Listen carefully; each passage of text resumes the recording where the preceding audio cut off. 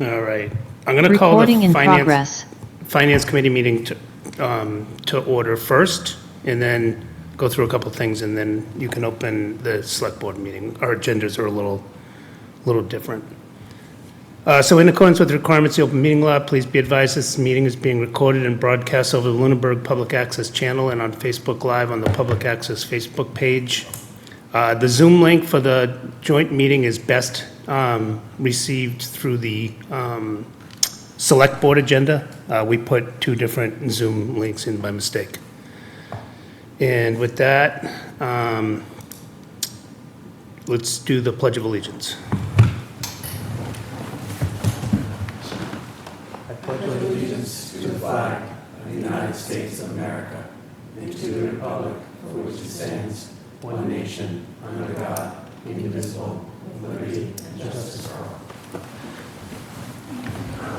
All right. Who's running Zoom? Anyone? I have it open. I did. Okay. The first thing, just by way of announcements, is last week, maybe, we had the Finance Committee Appointment Committee. Jay and I were reappointed, and I'd like to welcome back Peter Beardmore, who's back on the Select Board. The Finance Committee. We have opening festival for He's on the Finance Committee. So Peter was on a few years ago, went to the School Committee, and now he's back. So he's a very welcome addition. Is there any public comment from, I guess, anyone? Anyone online? There's one member of the public online, but they don't have their hand raised. All right. And then with that, I guess, we will go into our current business that overlaps both boards, which is year-end transfers, so you can call your meeting to order. So I'll call the Select Board meeting to order at 7:02 PM. Jay's coming in. I think Jay is coming in.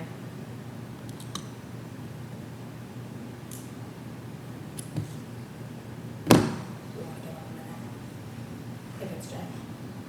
I hit admit, nothing's, oh, there. It just says Jay, the number J is S. That's Jay's coming in. Samsung Galaxy 10 plus one. Okay.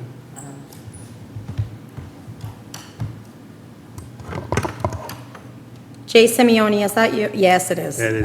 Okay. All right, so now we got a roll call. All right, that may be the longest part of the meeting. All right. Do we want to turn it over to Jen? Sure. So you have before you several year-end transfers. Year-end transfers, for those that are not aware, are authorized in the last 2 months of a fiscal year and the first 15 days of the next fiscal year. I had actually wanted to do these earlier when I was seeing a lot of accounts, and I was told by the finance director, and this is why we waited, because there's only 4. So you have 3 transfers, rather, or 3 shortages that we need to cover. One is a transfer of $10,000 for legal expenses in the legal line. One is a transfer for $1,081.51 for the sealer of weights and measures, and then $7,000 for printing the town report. So the total that we are looking to cover is $18,081.51. And the transfer source that we have selected is the planning board director's salary line. The position was vacant for a substantial amount of the year, and so there's plenty of funds there. And I'm happy to answer any questions if folks have any about those lines. Otherwise, there's a suggested motion.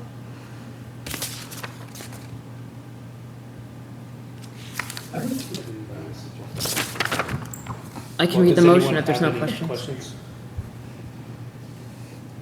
I can read. So I move that the Finance Committee and Select Board approve the FY 2026 year-end transfers pursuant to Mass General Law, Chapter 44, Section 33B, as presented in the transfer schedule dated July 11th, 2026. Actually, revise that to say July 13th, 2026. I amend my motion to say the transfer schedule dated July 13th, 2026. Second? All right. I can take the Select Board vote since we're all here. Okay. Okay. All those in favor? Aye. Aye. Aye. right. Opposed? None. Motion passes unanimously. All right, and then for us, roll call vote, Peter? Yes. Mike? Yes. Anna's not here. Tanya? Yes. Jay? Aye. Tom? Aye. And an aye for myself. So they both pass. Thank you. All right. So that was it. Was there any other public comment? And with that, No hands online. okay, with that, I would entertain a motion to adjourn the Finance Committee at 7:06.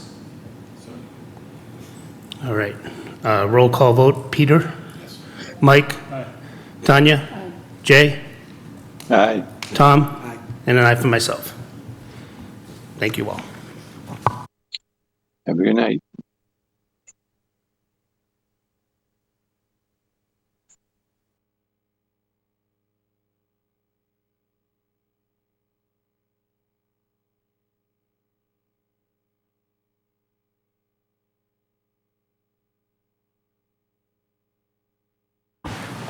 All right. So before we get into the goals discussion, we do have one item that came in that we'd like to get a vote on tonight, and that is accepting a gift of $1,065 from Dillis and Roy Civil Design Group to pay for the new beach house dedication sign. And they can't begin making the sign until we have approved acceptance of that gift. Any questions about this? If not, I'll take a motion. I'll make a motion to accept the gift of $1,065 from Dillis and Roy Civil Design Group for Beach House dedication sign. Second? Okay, no further discussion. All those in favor? Aye. Opposed? None. Motion passes unanimously, and I want to thank Dillis and Roy for their generous donation. Okay, so I haven't looked to see, our goals should be dropped in the folder? Is She that- did drop the bin Refresh. in the subfolder under Oh. July 14th for, no, I keep trying to rename that. Town manager and select board goals drafts. I see. Okay, so I think the only goals that members have seen are the town manager's goals so far. So I thought maybe we could go around amongst us, just hit like the high categories of the areas that we were looking to set goals on before we dive deeper into the goals and try to align. Because we should align as a select board and then work with the town manager to co-align, I guess, is the term. How does that sound, folks? Okay. So let's see. Glenn, yours are the first in here. Do you want to? Sure. So I did appreciate the goals and objectives from the department heads. I think that was an excellent starting point, a good blueprint. Specifically, additionally, review municipal building design committee charge, scope and guidance from the select board, adjust, adapt, update goal number 2 from 2026.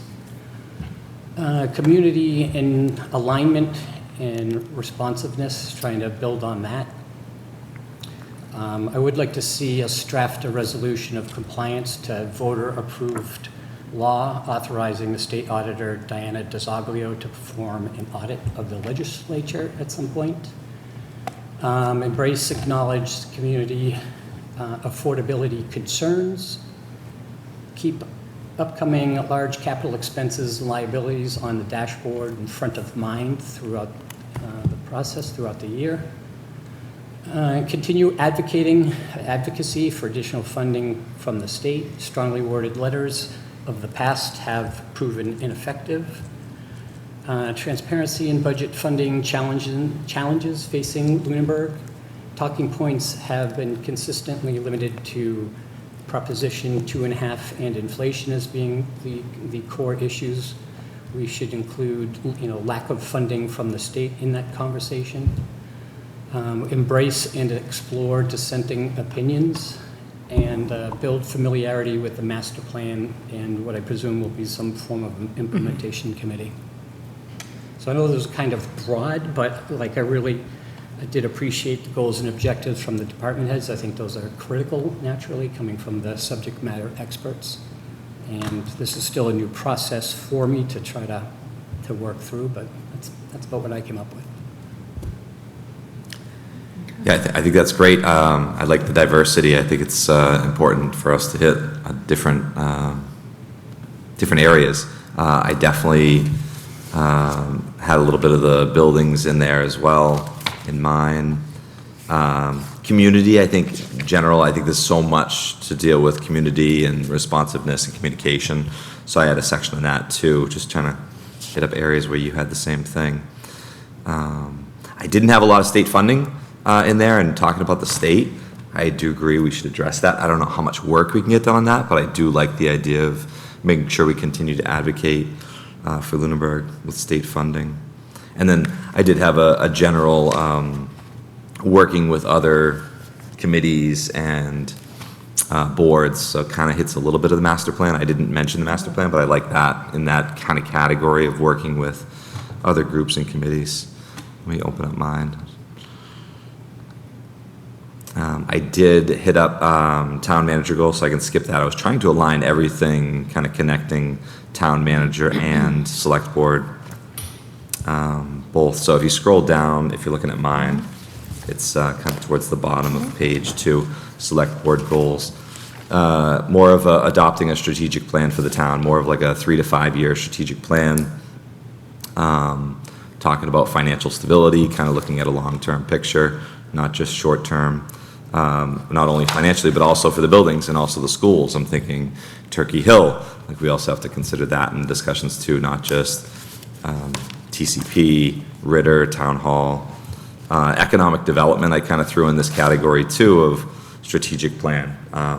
What kind of economic development can we produce, try to get more income in the town. Housing, I know the director just came in and mentioned housing. So I kind of threw that in there too. Public safety, and then I know parks and rec, that's always kind of something that needs to be addressed too, especially with right next to the senior center too. And then community events too. I think that's kind of all connected with the parks and rec, trying to incorporate and support community events. Number 2 was increasing public engagement and transparency, and that was kind of where I connected with Glenn's. More public forums, maybe annual reports to residents, more proactive just communication before any big decisions. But I think this is kind of a very broad category that we can kind of go in any direction. 3 was promoting economic development and diverse revenue. Again, trying to recruit more businesses to come and being a welcoming town for businesses, trying to get more businesses in for that income. Improve maybe permitting processes or redevelopment opportunities that we talked about the other meeting, maybe zoning obstacles. I even thought exploring solar panels, whether they're on the old town dump that Mr. Jeffries had mentioned years ago. Maybe it's building solar panels above parking areas that we see in different towns and in different school systems, just to create more revenue. 4th, I had strengthening relationships with other boards, so kind of a general overview. I think we definitely school committee and finance committee that we've worked on in the past. I think we can continue to work on that. Those are really 2 important committees, but also we can work with planning board to try to, again, increase more revenue in town. Maybe it's the capital planning to support those buildings.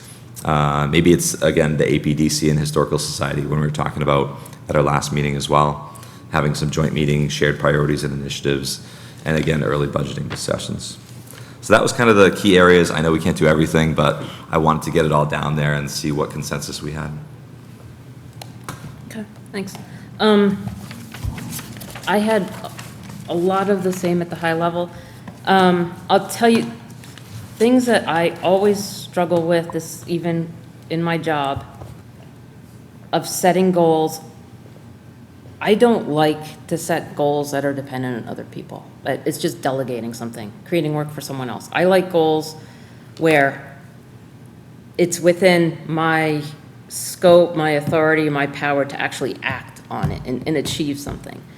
Now, there are goals where it takes, a collaboration and whatnot. So mine, well, I have mine printed out. It's probably easier for me to read on the printout. At a high level, I have a lot of the same things around outreach, some communication and things. But I called last year the year of the budget. This year, I feel like it's operations and processes. I've been able to spend a lot of time here. A lot of time interacting more directly with staff, hearing their comments, seeing timelines for things that you think should be done quickly and just aren't because there's so much. We are still, I don't think the public, I'm saying this for the public's benefit as well as everyone here. I don't think people realize, so we have filled a number of positions, key positions in the last, year and a half? Really in the Going back to Carter. Really in the last 3. 3 years, yeah. Actually, Karen Barrett said 3 years since Essie, going back that far. Finance director, principal assessor, director of planning and land use, which is now the new title. Bill Bernard is relatively new to the organization. He's been there for years. Yeah. I mean, he was here when I started, Chris but, Ruth.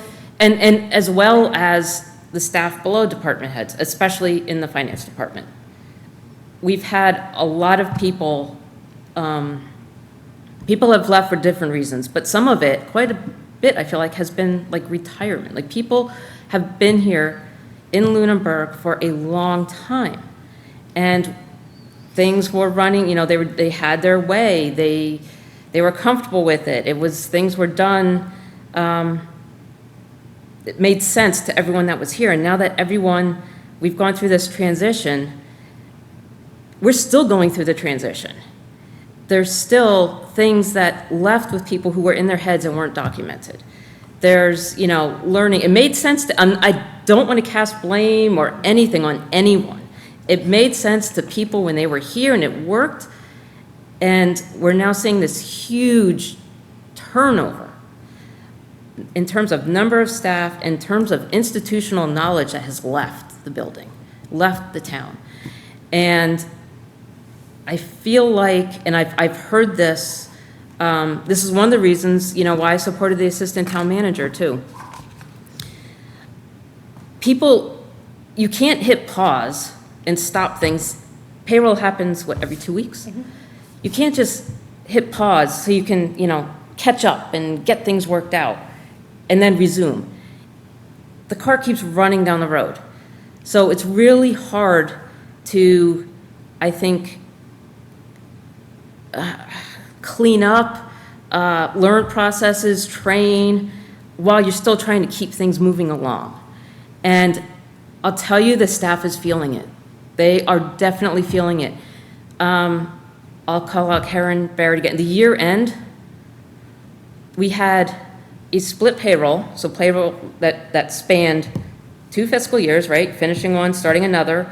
It meant the sick bank leave went in progress, change in vacation, and health insurance. And- Opt-out, changing plans, all of that at And once. 3 collective bargaining agreements. Yeah, that was, yeah. That were That had been going on No, all but spring. that had to be implemented as part of that. Oh, part of the payroll, yeah, that impacted the payroll, right. I can't think of anything else that could happen to impact, I mean, that's like, so that's just a recent example that I know Karen Barrett was working way more hours than should be expected to get through that. And that's just a recent example, but so all of that to say that a lot of what I put, some of it is really basic and addresses some core activities. I'll give you one example, is I have a goal here to catch up on minutes and commit to stay compliant for the rest of this year. We shouldn't have to have a goal about minutes. That should just be a given. Yet, here we are. More than a year, we were 2 years behind on minutes. That's just a really basic example, but That's a great example, though, of that car rolling down the street, right? So we have a lot of minutes that are not done, and we're trying to stay current on minutes. We had the minute writers come in, do the catch-up, but it's just, until we get this baseline, this is just one of many albatrosses that is around folks' neck. I think if you saw the feedback from the department Yeah. heads, you can feel the there are processes and procedural stresses. they mentioned processes, they mentioned onboarding, training of new staff, documentation. We heard from Stephen Wallace when he presented his update, 53G was way behind. Like, they were outstanding. Over a decade. Yeah. So, and he's coming in new and discovering it. So I tried to see what, as a select board, we could do, one, to get our stuff in order around policies, some processes, how we could help volunteers onboarding. It's not in our purview to help onboard staff, but volunteers share the same. How do I schedule a meeting? Who do I send the agenda to? Stuff like that. So when I go through these, that's kind of the background of where my head was at and why I chose the ones I chose. So one around select board policies and procedures, which is pretty standard, I think, for select board, to review. And some policies that have come up this year are the flag policy. And our appointment policy we did last year, but to going through appointments this year, there were some, I think, maybe edits that got lost in translation along the way when it finally got posted, so that should be minor. And one carryover from last year was a special event policy, whether we do want to, in fact, review that. Another one that carried over from last year was to create policy to establish timeline for review of town fee schedule. This came up when Carter was here. So, and that's something that, again, I think it was Brian Gingras came before us, and the building fees, inspection fees and whatnot hadn't been updated in like a decade, and we were woefully below all of our comp.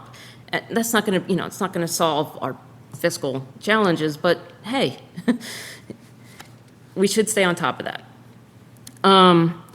With respect to operational processes,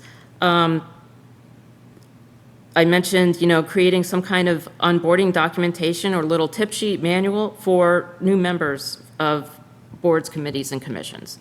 And I just captured a few things that I thought of just off the top of my head to include in there, how to schedule a Zoom, requirements around posting meeting agenda, guideline for minutes, maybe a template for minutes, calendar of annual tasks, and link to resources like open meeting law and conflict of interest topics. A carryover from last year was the draft financial policies that I think existed when Heather was here. I think that's when it was first drafted.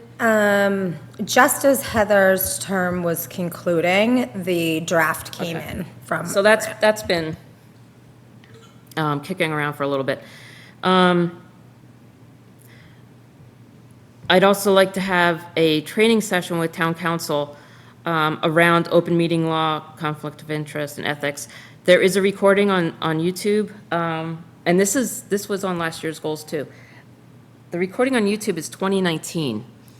Adam thought he did another one since then. If he did, it wasn't recorded.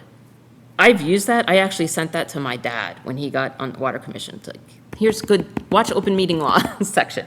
I don't think a lot has changed, but I think we have a lot of new members, and I would like to have another training session for that, for all members of boards and committees, commissions.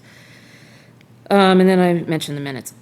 I do have one, around the staff and public outreach and engagement, which I think both of you also had, right? So I think the public info session we had on warrant articles prior to the annual town meeting was very well received by the public. I got a lot of positive feedback from people who came. I would like to do that again for articles prior to the special as well as the annual town meeting. That, of course, ties into town manager's goals too, and we will be dependent on staff for that as they support or submit articles. I think we can take advantage of PAC to make informational videos about town meeting articles as well. Carter did that once before an annual, I think. He did it with Caesar. Nothing long, just a short thing. I think that would be a good resource. I think, and this will get to, and these aren't in priorities, these were seriously a stream of consciousness order, so don't read into the order here. Municipal buildings, I think we all have that on there. You've been on the municipal building committee for a while.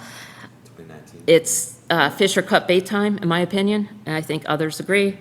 And I think one step towards that is, so this is getting to, I broke it out separately. One, for select board members to tour municipal buildings where our staff is working. So buildings in use, town hall, Ritter, I don't know, public safety building, DPW, to see the working conditions, right? Firsthand, to see, town clerk's office. I broke out the Brooks House and TCP separate. That's in the next section. But I think also seeing firsthand how people work. I was sitting here the one day, and Kathy Herrick comes up in the lift. I think to use the printer, I don't know if she had something in her hand, but you can imagine if you're having a job interview with a candidate here, and someone comes up, you don't know someone's coming up in the lift, and they just walk out. It's really weird until you experience it firsthand. I think having that tour would be valuable. That's challenging if we want to do it during the day because it's okay for me now. Glenn's also retired. I don't know who the two new members will be, but you'll be going back to teaching during the day, so. Yeah, it would have to be like in the summer, so. Yeah, so we'll have to, work around something. But another idea I had, and you guys tell me what you think about this, but you know how the police and fire chiefs have coffee with the chiefs once a month, I think? I was thinking that we could do that. Couldn't it be more than 2 select board members, obviously, because we wouldn't want a quorum. Again, whether that's something like a monthly cadence, I don't think it would be more than that. But I would imagine having it maybe during the day to catch staff, like during their lunch hour. If we were could be here, could be at the library, could be at the adult activity center. And then maybe have another time in the early evening to catch more, people who aren't in town during the day, more of the public who work maybe. We could even see if Smokestack would let us, just sit there for now, like kind of open office hours. Just to make ourselves more available. If people are hesitant to come and do public comment, they're more comfortable just, like they run into you at Hannaford or something and might say something. Or if they're not, online and don't email a lot. And tone in email can be, not so easy sometimes and can actually create some misunderstandings. So anyway, that was something I wanted to propose and get your feedback. And then anything that was discussed during these things would then come back to the full board and, if there were any actions to be taken or something, we could easily do that. All right, the other municipal buildings that I think are really fish or cut bait time are Brooks House and TCP. Last year's goal, we had to evaluate the charge and composition of municipal building design committee. So I carry that over. But I think with what happened in TCP over the winter with the flood and learning that we did not save money by, decommissioning that back part of the building, and it's I think it was $120,000 roughly was Chris Ruth's estimate to maintain that building for a year. The cost, yeah. And we've made the decision to vacate the building and it will not be heated this year. I think that has really made a decision. I feel like we're at a fork in the road, right? When it comes to TCP, of deciding demolition or renovation. Because the next step is very different between those two, right? So if the decision were to demolish, we could plan the asbestos abatement. And I have a lot of questions. Chris Ruth is going to have to, I have a lot of questions for him around this, because I don't know if you're doing asbestos abatement knowing you're going to demolish the whole building versus you're going to renovate and try to save parts. Is that a different cost because you have to be more careful? I don't know.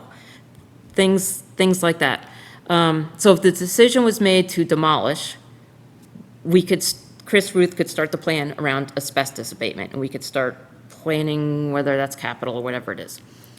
If the decision was to renovate, save at least part of the building, I think this is Chris Ruth's opinion, I believe as well.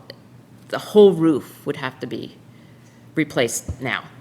Because if you wait, it's going to cause more damage and the renovation's going to become more expensive. Let me clarify just Yeah. for the whole roof. The whole Yeah. roof being the entirety of the roof on what would be the remaining structure. So not on this portion that was Yeah. decommissioned, but the entirety of the remainder. Where Shapiro was, where PAC was, With the gym, the food And so pantry. that is, I think his estimate was around $1 million for that. So we need to either get a roof on this building soon, if we're gonna save what's under it, or we can decide that we're not gonna get a roof on the building, and that's okay, but that timeline to decide that, I hope that we have until annual town meeting if that's the decision that the board wants to go. I hope that you, and that would probably be it for capital or an inside borrowing for that kind of jingle, but it's a substantial amount of money. So not to make decisions now, but it's gotta happen one way or the other soon. And again, we can't make, well, we could, but we don't make decisions now. But I do think that speaks to the comments made by Mr. Scullambrini of the Municipal Building Design Committee kind of taking over the charge of all buildings and, weighing in on that very issue. Because I know it's concerning, because going back a year or so ago, I remember listening to the conversations and coming to the conclusion, like, oh yeah, that building's got to come down in my head. And then next thing I know, we're leasing out space to Shapiro. So I'm like, oh wait, so how bad is it? So I think we really do need the Municipal Building Design Committee to weigh in.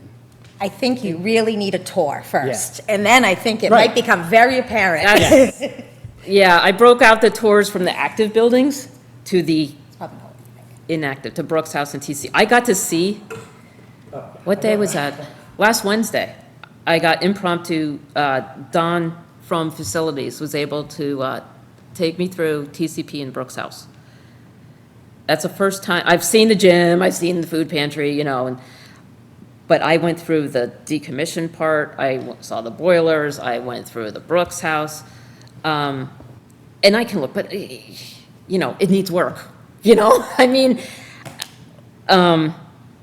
but there are some ideas I have around the Brooks and things, but obviously we need the subject matter experts like our facilities director, for sure, who actually, town manager shared, Chris Ruth prepared some talking points around TCP in late April in preparation for the annual town meeting in case questions came up. Could you email this around to the board? Because this was end of April, and it's pretty eye-opening how he talks about every system and the issues. Some estimated costs, some, like, we have no idea what this would cost. Things like, if this breaks, we can't fix it, it's a total replacement. I think this is, it's fairly recent, end of April, but I think that would be helpful for everyone else to see as well. I always think of goals as what you think you're going to be doing this year, and I think we all can agree that TCP has to be addressed this year.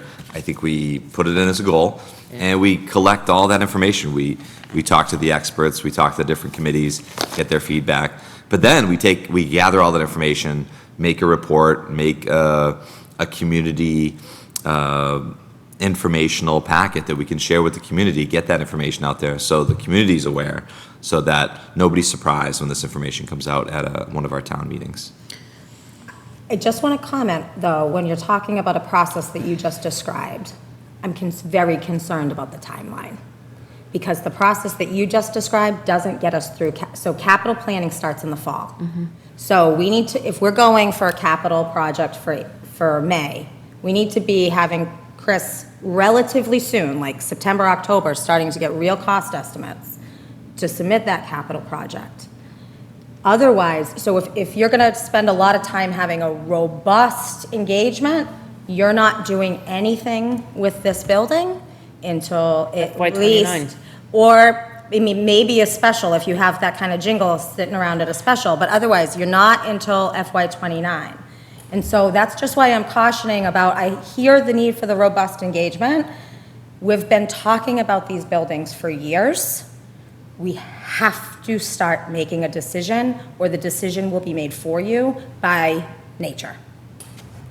So it's really about that planning cycle. And it could increase the cost of whatever path that decision leads to. So, I mean, obviously, I would like to have the select board, full membership, to go and see these buildings and to have a discussion, especially around, I think TCP decision is the most urgent.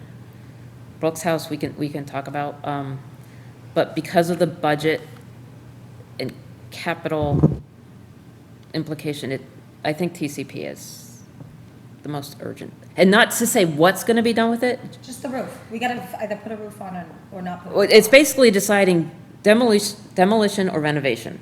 Which road do we go down? And I guess that's what I would like to hear from the Municipal Building Design Committee specifically. And I would like to hear from Chris Ruth, Right. I think Chris Ruth is, putting all that information together. so, Like, I was surprised to hear that that was not part of, going back to the conversation last year, it was surprising to me that it was not in the, I believe, you may know better, that it beginning. was originally part of the charge. in the very It beginning. was Yeah. the sole building Yes. Yeah. that they Oh, were yeah, gonna we- renovate yeah. and turn into the town hall, but it was gonna be overly priced for such a yeah, large but I mean, even just footprint. what to do with it, as opposed to incorporating it into the overall plan, but I think part of the problem that I struggle with as management is it's a $120,000 building to operate. So.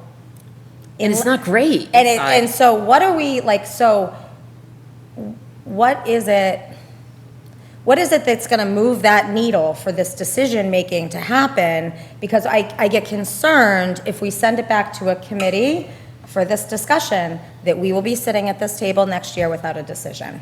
I think it would just be more of the feedback from members of the Lunenburg Municipal Building Committee to give us feedback and for us to make an educated decision. I don't think it'll take longer than a Okay. meeting, hearing their feedback. Okay. In my opinion, I think there's gonna be You know- diverse you know them. opinions So- on You know- that you know committee. them better. So if it's not in their charge, you're on the committee, you could bring it to an agenda to just have Oh, the it's discussion? actually in an upcoming agenda. I Okay, don't know if it's gonna be okay. the next agenda, but it Okay. is on our list because Okay. we do wanna make that decision on that. Do you know if members have toured?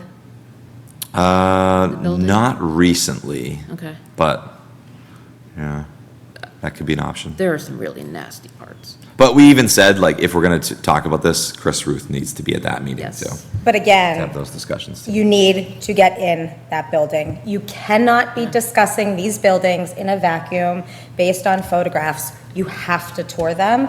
That's what I've said repeatedly to the Municipal Building Design Committee. You have to come and tour. I haven't seen that effort made since I've been here. To me, so after going through the buildings and talking to Don while we're going through, Chris wasn't available. It was a last minute thing. He was in the caves. He was.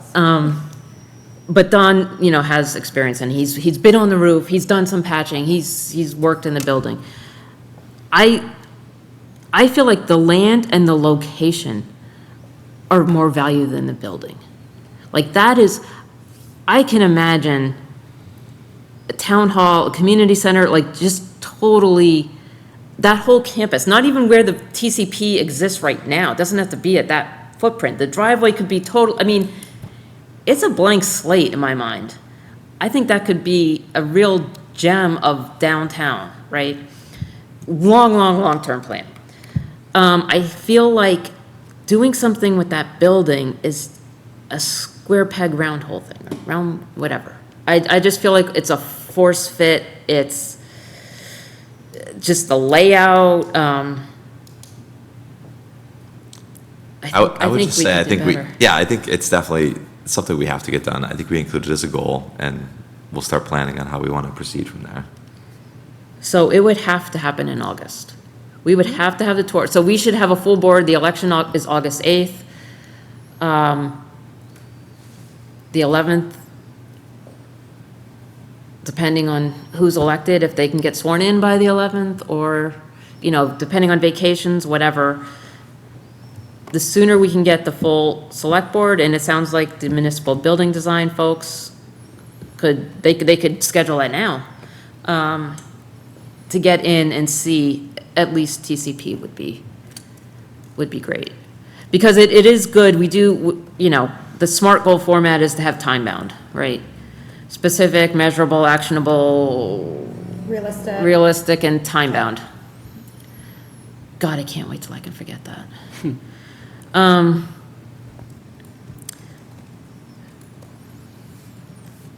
So the goal would be to bring a recommendation to the special town meeting? I know the select board can make that decision, right? I think not for the special town meeting, it's getting into the capital planning cycle to give him enough time that he knows if he's going for the capital plan, so. That's not enough time. Capital's being considered in October? Yeah. Yeah. Special town meeting is looking No, like, there wouldn't be funding until, it would have to be part of the annual capital plan. so Chris could submit a capital request pending. I guess, do we need, what Capital- is the process? So- If we said, we're gonna demolish TCP, we're gonna proceed with asbestos, or we're gonna proceed with roof repair. So the process for making the decision around whether or not to demo the building does not belong to town meeting, it belongs to this body. Right. The funding that would be required to achieve that goal may or may not be reliant on town meeting, only if there was some outside funding source. So if there was no outside funding source, no grant funds or whatever, then you would have to be reliant on town meeting. So all of the capital projects come in the fall, whether it's a roof, a windows, or, you know, potentially the asbestos. The asbestos was submitted as a capital project last year on just the decommission part, and that was a little shy of 400,000. Capital planning reviews all the projects in the fall, and they submit their plan in January, February. So, and then that's the plan that we discuss at town meeting. But if we're talking about something, a roof in the $1 million range, where either that's the capital plan, more or less, for FY '28, that's your capital plan, or it's a small borrowing. But I don't, you know, our entirety of our capital plan was, It's usually around 2 million. yeah. Ish. So, I mean, that's, the capital plan Yeah. will be the roof Yeah. and some other things. But, so it really, it's gonna affect, it has this outward effect on all these other projects that are in the queue, too.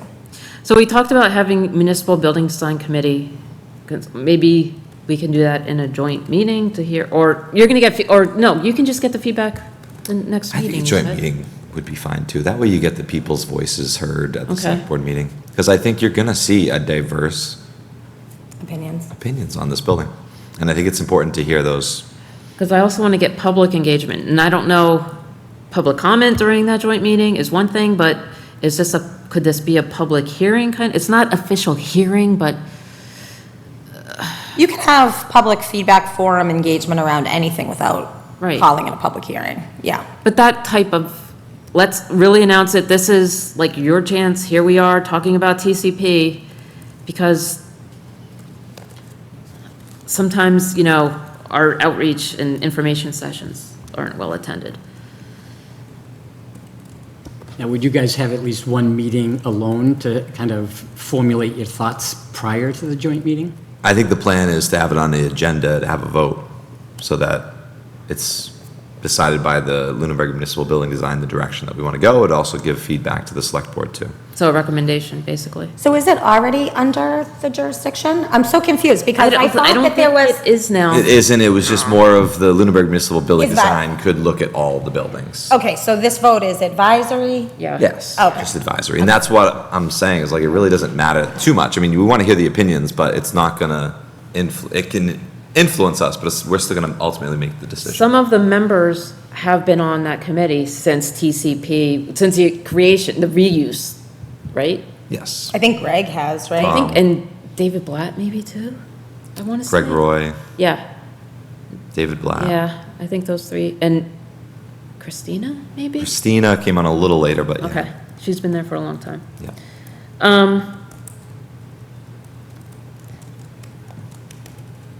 So that's something, I mean, we can formulate a goal, but I think maybe one action item even that we should take now is, Yeah, this is gonna happen quick.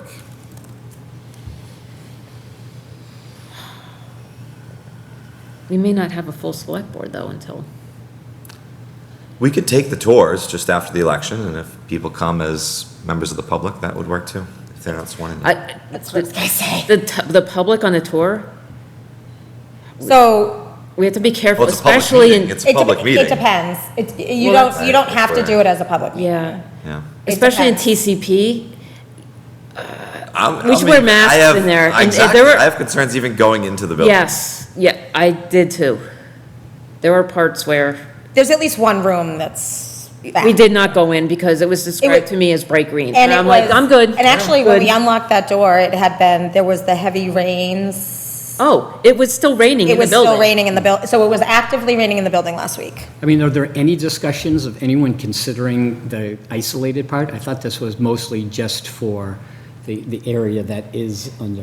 So Never used. the roof is the worst Yeah. in the area that's been decommissioned. Right, and no one's considering The reviving. roof is not, when you read that document that's transmitted, the roof is not okay in the rest of it. Right. So But is there anyone entertaining saving the rest of it? not that I've heard. So it's it's terminated right here. Yeah. So I thought basically that's all been written off anyway, we're just talking about here. Right, that's a Maybe that's substantial the amount. tour's focus, is just of money. the calf, the gym, Yeah, and that wing on the side, not this, not the back. not the back. Okay. I would tour the back because, here's why. A year ago, It the school was operating out of that wing that's now decommissioned, and that is the exact area that if they were in, if they did not move, if that transition didn't happen, they would have been actively affected in this winter. So it's only one, so I say tour that, because that's the future of the rest You of the don't have, building. yeah, you don't I'm have to go convinced. into the green room. Yeah, I No, don't not the plan on green room. going in any of the back wing, Like I said I could before- trust the experts. I was convinced before just hearing that the place needed to come down, but it's just, and I do realize it's been discussed for 20 years. I would just hate for 20 years and then spontaneously make a decision, without going through the Municipal Building Design Committee. I mean, it's clearly in tough shape.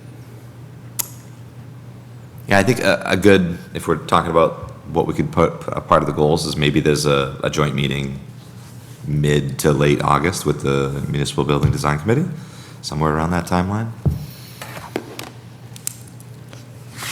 That'll give us the feedback we need, as long as we also have the Chris Ruth's opinion as well. I think then we'll be able to make a decision pretty quickly.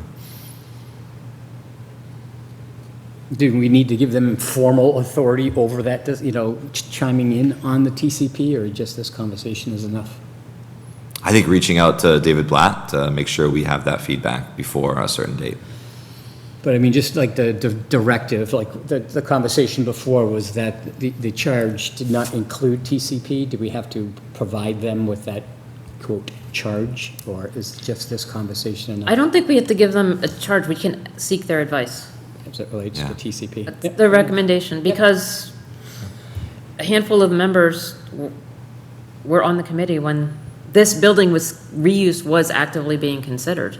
That was the only, Yeah. Ah, And, the and main to be purpose of honest, that the building, committee, right? a lot of committee members are eager to hear Chris Ruth's opinion before making a decision. It's funny, actually, as I pull up their page. So the Lunenburg Municipal Building Design Committee, formerly the TC Passios Building Design Committee. So that was the whole name. Yeah, and a lot of And- focus now has been on the Ritter Building, looking at the Ritter Building as yeah. a town hall.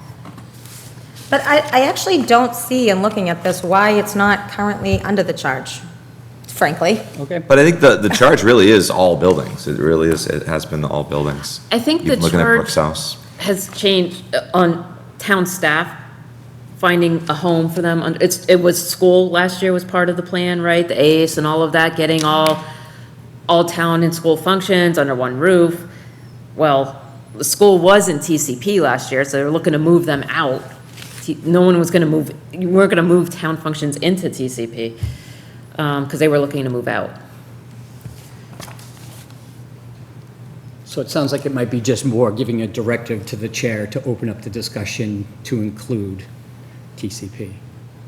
I think I can contact the chair, David Blatt, and ask, select board formally requests, a discussion and recommendation regarding demolition versus renovation of TCP. I think that would be perfect. With a timeline. Towards this part of With the a goal, yeah. So that this isn't like a 6-year project. Just not what it's going to be Right. renovated, No. who's gonna be Well, there. that's- If you demolish, what is that space gonna turn into? No. Simply, do we tear it down or do we What is the replace the opinion roof? of the committee? anticipate, I'm not gonna put another nickel into it unless we know we're gonna renovate, and then the question is gonna be, well, what's the plan? What are you gonna renovate it for? That's going to be the challenge, going to town meeting on a large capital project, and they say, why? Yeah. But If the This is select, that whole part of the Right, big right, picture is right. the It's- public needs all that information. Right. This is how much it's gonna cost. Right. This is the plan for it. This is who's gonna be in the building in the future. This is who's gonna be the tenants, whatever, right? the We need to do plan, that. That's the at this direction. point, I don't think that you're Plan gonna would be get- more I don't think- direction. Hold on, I think you two are talking about two different things. She's talking about just going for, are we going to renovate? Period. Yeah. But you're talking about user groups. I don't. Oh, I'm saying if we're No. going to renovate, we The need to next be able to tell the question. public that next question that they're gonna be asking. But I don't think that you're talking about I didn't think that you were talking about that in this. so let me talk it through. If the decision of the select board is to demolish, that's easy, that's a abatement, tear it down. We then decide what to do with that land, okay? If the decision is to renovate, that triggers a roof replacement, which is big money. No one is gonna support replacing the roof unless you know what you're gonna do with that building once a roof is replaced. Exactly. And that's That what I don't- triggers more. Because you That's don't what wanna I don't- replace a roof and then that's- demolish. And that's what I'm concerned Yeah. about, running out of the runway. Yeah. I think realistically, if the decision were to renovate and replace the roof, realistically, the plan would be simply a commitment to that would become our town hall. That's where we would look to move town staff. I don't know. I think the public could say this is Or, where the food or pantry's gonna community be, center, and or a community center, gym, and voting. Like, that could be, and voting, storage. that doesn't carry a lot of weight. But this with is my me. worry, and I think that's a what I think million. we need to tell the public. This would be Every- the plan of what the building would be. Every place I lived, voting has been in the school or church basement. Yeah, and I'm not saying that's my direction, I'm just saying I Yeah. think that's likely, we're gonna continue what the usage is. We're not gonna be bringing in new businesses into this building. This is likely what's gonna be the case. Oh, I don't, are you saying that if we retain TCP, you wouldn't be moving us over there? I would highly doubt it, I don't That is I an don't think there's option. enough space, maybe. There's more That's space the over option. there than in either building, for sure. It's laid out weird. It's laid out terribly. Yeah, it's laid out like a school. And I think for that to make sense, you'd have to have a plan for this building as well as Ritter. No plan like that could include another vacant building. And here we are, The rabbit in hole. 20 Yeah. years of this. So Yeah. that would Yeah. have to be the trigger, like, unless you're going to just renovate this building and just renovate Ritter as is, and, rearrange as you see fit. I think that's really, I think, the most economical answer, if you're not willing to address the issue of one of these or both being surplus. And that would be very difficult, and and this is what I'd be open to hear discussions, if you cannot do exactly that, identify either one of these surplus. My inclination would be to renovate this building and renovate Ritter, and that will continue to be a divided town hall. Yeah, I think with TCP, I think it's more of if we did go in the direction of fixing the roof, we're gonna have to give the public an idea of Yeah. what it's gonna be, a plan I of mean- what it's gonna be. We all would want it, right? I just don't think we're gonna make that plan until we actually vote to move along with that plan. It's step by step, what's triggering what. So I don't think we have to make that decision tonight. Oh, no. I think Just- we're all on the same page. This Just the should be a actions goal. that we need to take, And- because we can't delay. We have to get this going. We have to get the right people in the room, get eyes on the building.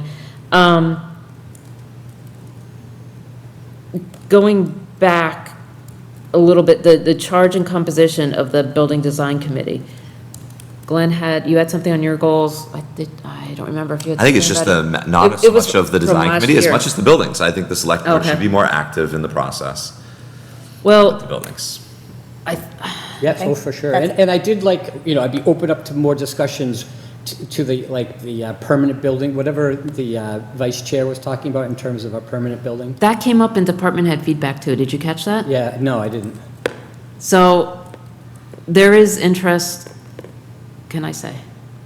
It's in the folders, Okay. I think. Chris Ruth has expressed an interest in a permanent Yeah. building design committee. And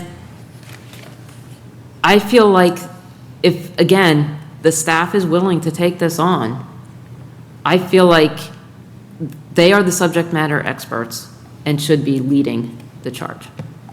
As far as that committee goes, I think we've had, the building design committee comprised of residents and volunteers for years, and they've done a lot of work, but I imagine the frustration levels, it's spinning wheels, right?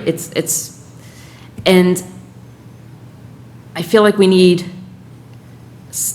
like, the facilities director is the person, the right person who has all the knowledge, the experience, the knowledge of the buildings, the knowledge of how staff works, he's in it every day.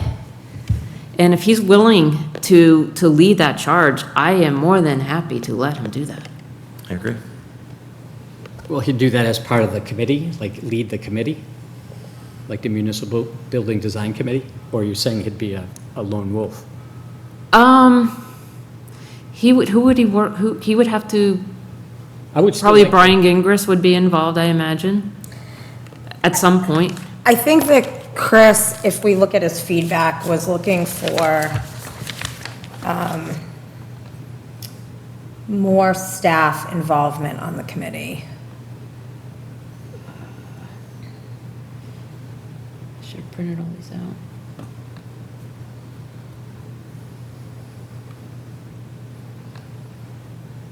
Let's see if I can.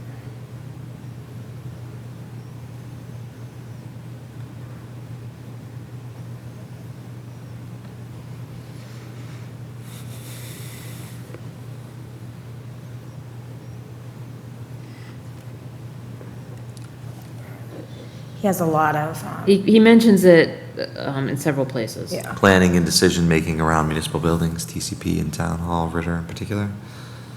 That was a common theme.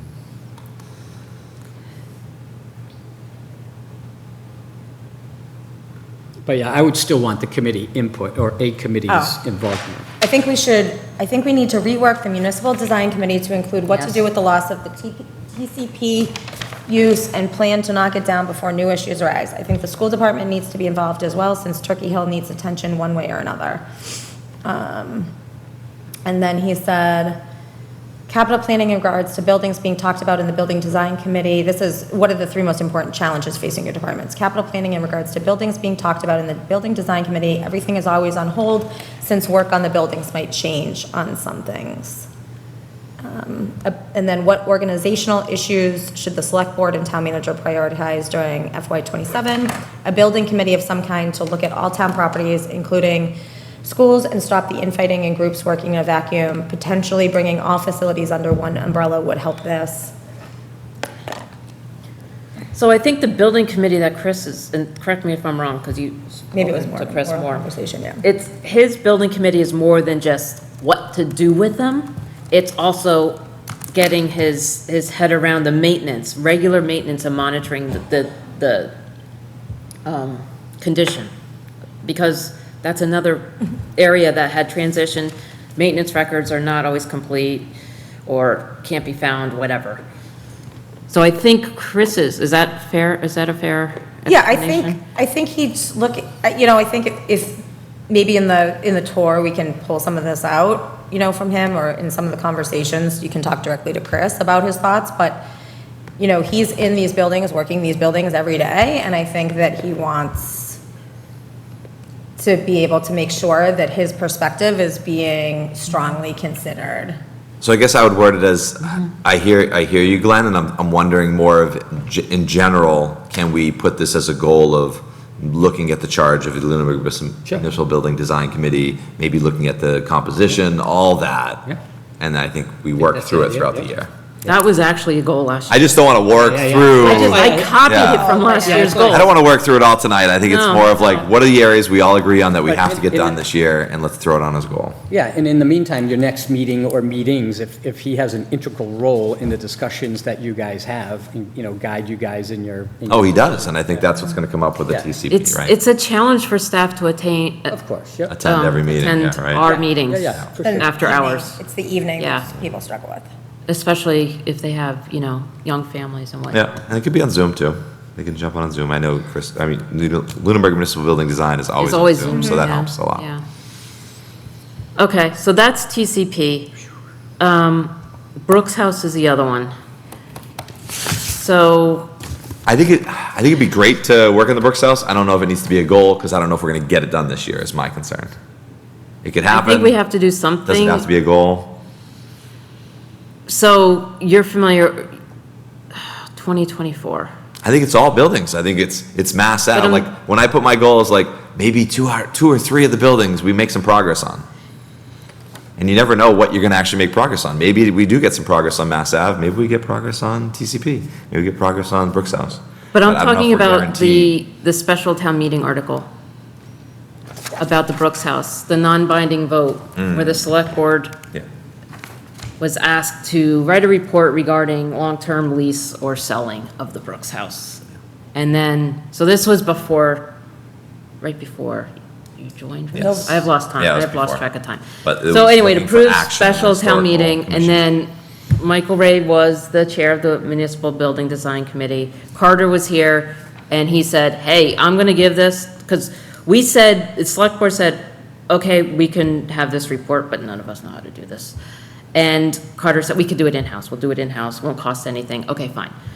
Then after special town meeting, when the article passed, Carter said, okay, I'm gonna go to Chris Riley and ask him to start working on this.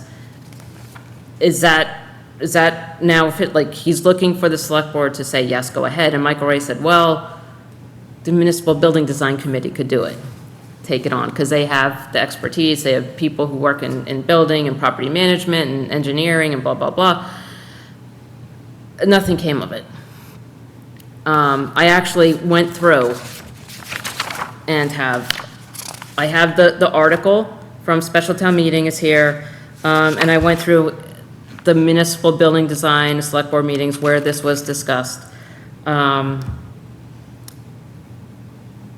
There was never a formal vote, but basically, by just straw poll, the majority of the Municipal Building Design Committee was not in favor of putting a nickel into Brooks House or even subdividing the parcel.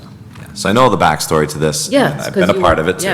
yeah. And I don't know if there was enough work done to say that they actually did a concerted effort, or if the select board did a concerted Nothing effort. was I think done. people are going to argue that, some people will argue that there wasn't enough effort put into it.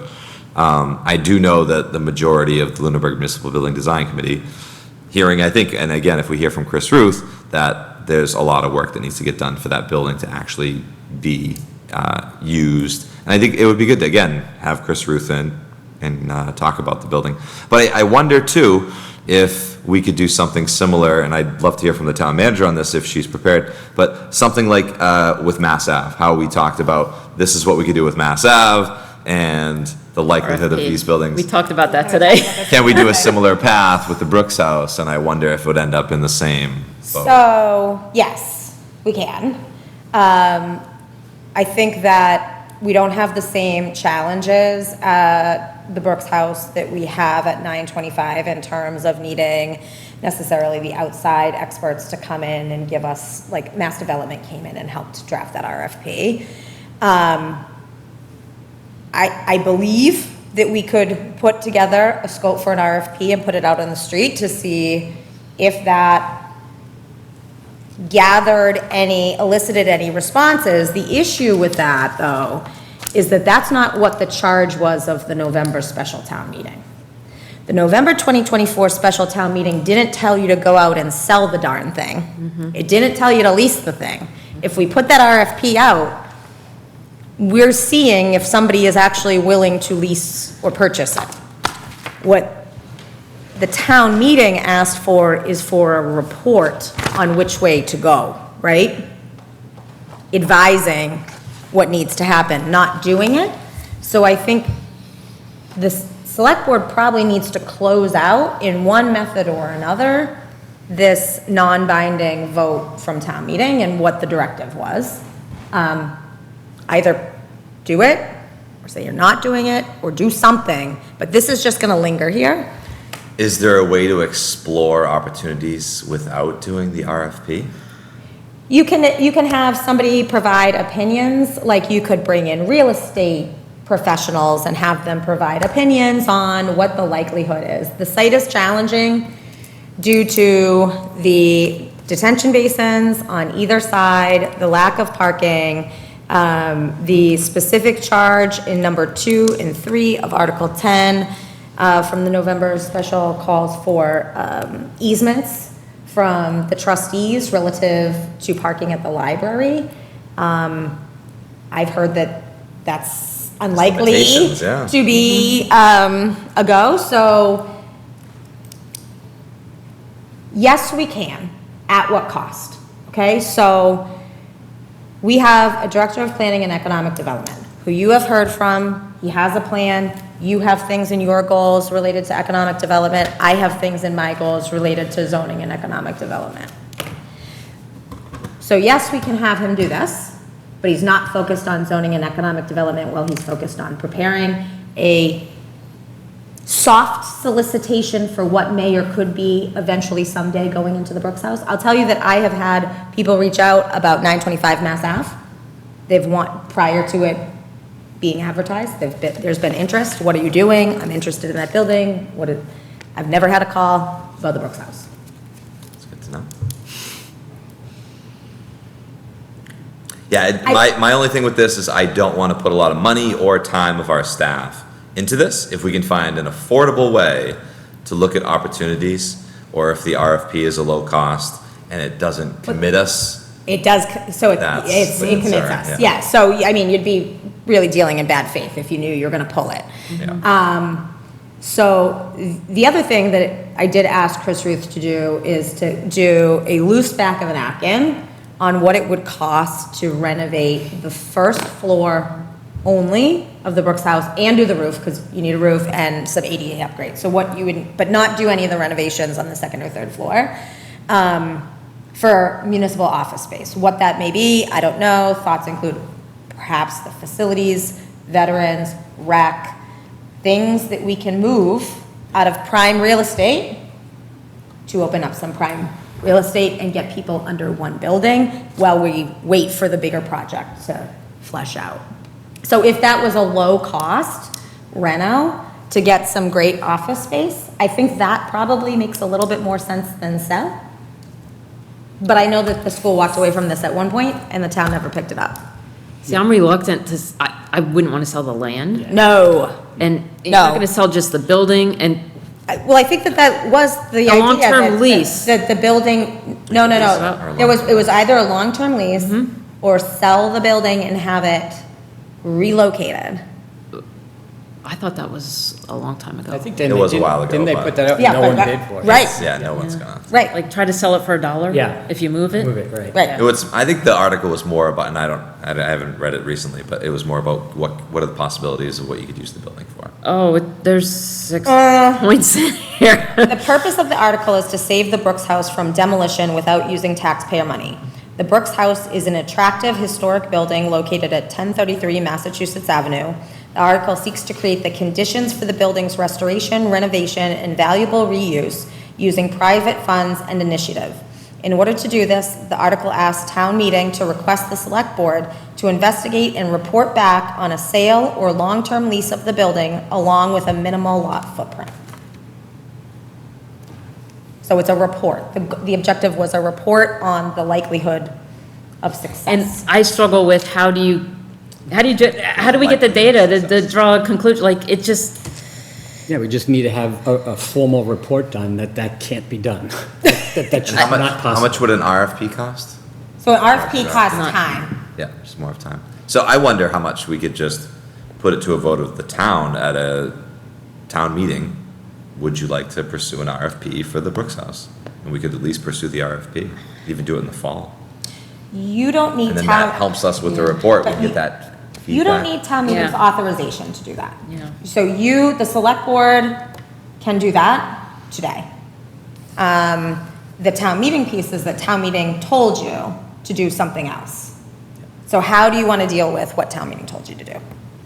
I mean, the loudest voices I've heard regarding Brooks House are to use it for bonfire, to use it as training for the fire department. I mean, along those lines.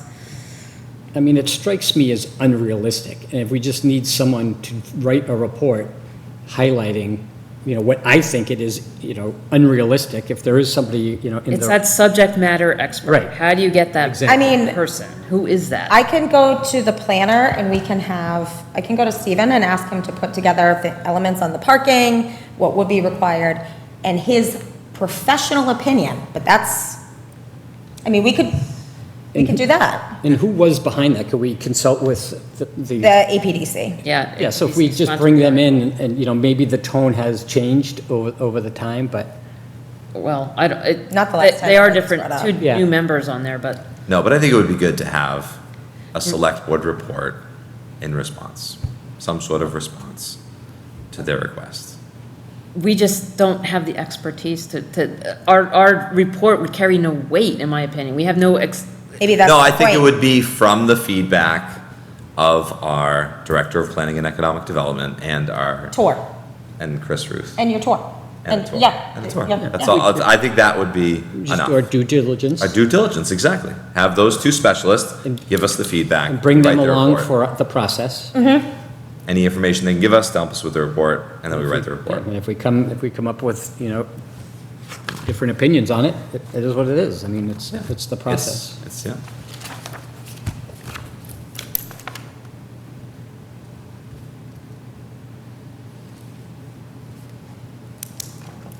And then this, I think this falls under the other category of working with other committees and boards, that we're gonna willing to work with them and do the work that they're requesting too.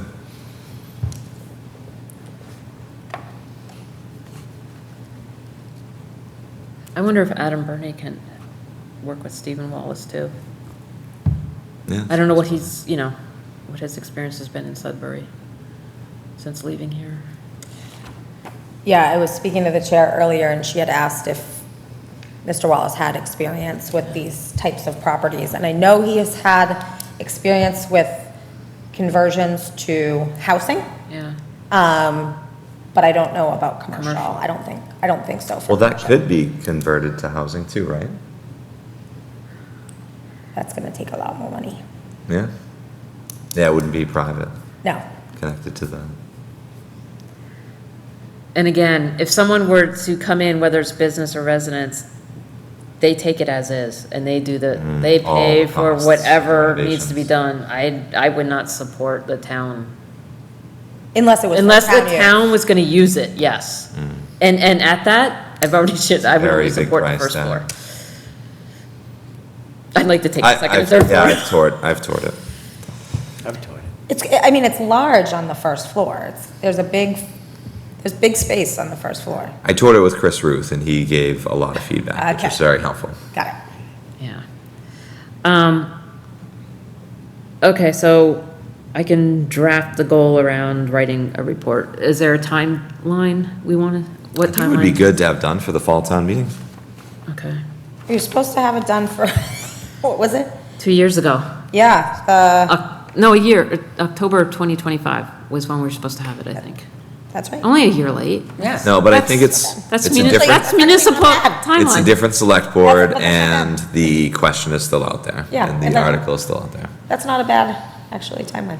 All right, so I'll try to set that. So what we're not gonna get through, finalizing, formalizing goals tonight, but, I will work on whatever we get through tonight, drafting a goal that we can discuss at a couple weeks, I think. Yeah, I think even if we don't finish tonight, it's finding those commonalities, I think. that would Well, be it's great. important, it's Get the more ideas important for the down. town manager's goals to be finalized, because she will be assessed on them. Right, it's not a full Yeah. year. until we- She has contractual timelines. Okay, so that's the Brooks House. Again, if we can get, so you've seen the Brooks House? Yes. And you've seen the Brooks House? I have. Okay, Okay. so, but you haven't been in TCP? Well, I have, but not on like a formal tour. Yeah, yeah. and hearing the And I don't narration even of want to a, go in the back. I understand your point, Yeah, but I have no interest in going in the back. well, if I'm sick next week, you know why. Yeah. I would. We have a lot of I would. clean out to do in the back, so we'll all be working in the back, cleaning out paper.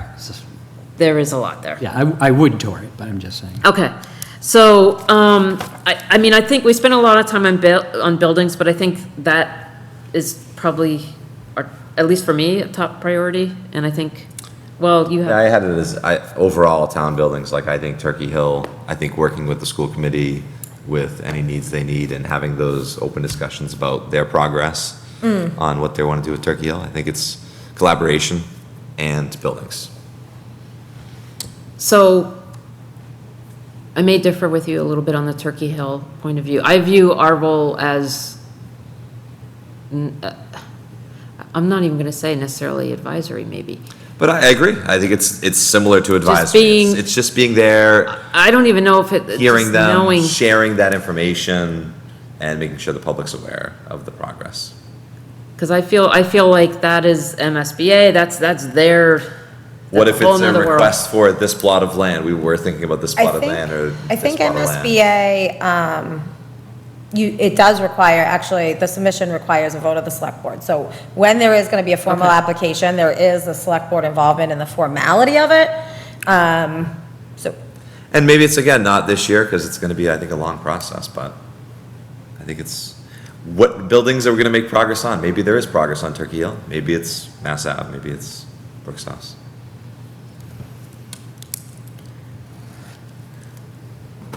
Okay, so that one, and then we'll keep the evaluating the charge. Okay. What else can we get? What other commonalities? I didn't, well, okay, let's talk about public Engagement. engagement, yeah, because I think that was a common thread, right? Yeah.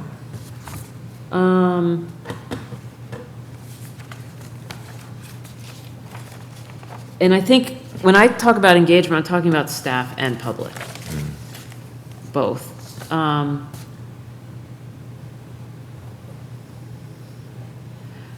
Yeah, and I think that one's great. I think especially too for the town manager, that's that kind of connection with the select board and the town manager that I had, staff engagement and other committees and boards and public. So Brian, I'm looking at yours, the annual report to residents, is that different than the town report? No, I think it's just, Okay. I want to make sure we're kind of hitting all the different, Hold on, don't answer that yet. It's funny because I have that one asterisked. The select board does not submit Right. in this community a report for the annual town report. Right. That's uncommon. So, you could certainly draft a report for the annual town report that you then bring more broadly. But if you're doing an annual report, it should be the one that you're also submitting for the annual town report, because it's just not happening right now. And typically, that's major actions of the board, positive or negative, if you had to revoke anybody's licenses, but you talk about all the licensing activity, all the policy activity, all the work that you did throughout the year.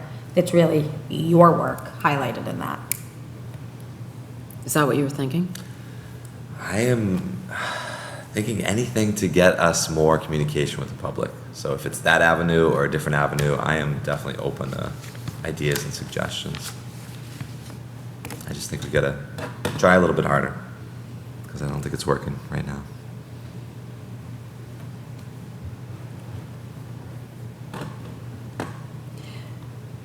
Which part? I think it's just getting the information out to the public. I think when the last election happened, I feel like there was a lot of stuff on Facebook and not a lot of people with the right information. There was information coming in all different directions, and I feel like the public wasn't fully aware of all of the information. Yeah, so I actually have a little bit of a different opinion. I think that you have a lot of people coming to town meeting that are fairly well-informed, more or less.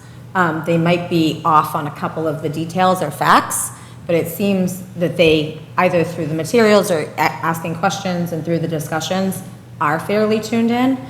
I agree that the social media world is what it is. I am shared with some highlight reels, but I'm not on every day. I recently just listened to on the 351 podcast, which is the Mass Municipal Association. They just did a podcast on municipal communicators. And I would suggest all of you that are interested in this, listen to it, because the space for municipality is more difficult to work in than what the public is accustomed to.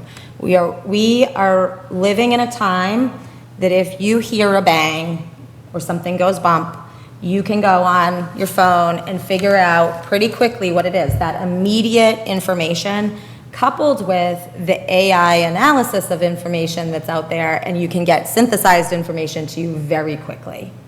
We have just eliminated the position for the person who was dedicated in that role. Not to say that the assistant town manager and others won't fill some of those communications, but the reality is we're always going to be lagging, because we're not going to be duking it out in the comment section, right? We're not going to be everywhere. It's typically that our communications on social media or web are one-sided, and that it's not until you come into a forum that you It's not get real that. time, it's not, But I don't know that, I'm not saying don't work on. No, I but agree. it's I don't just- know the avenue of it's how just- you address right. it. And like, you can see two different votes at the town meeting versus at the election. Correct. Right? It's the information is not getting there. I think it's even, not just information, it's just even awareness. Like even where to find information, people struggle with sometimes, I think. Like, people were asking about, where do I find the articles for town meeting? It's like, it was mailed, the book was mailed to your house, literally. It's right there.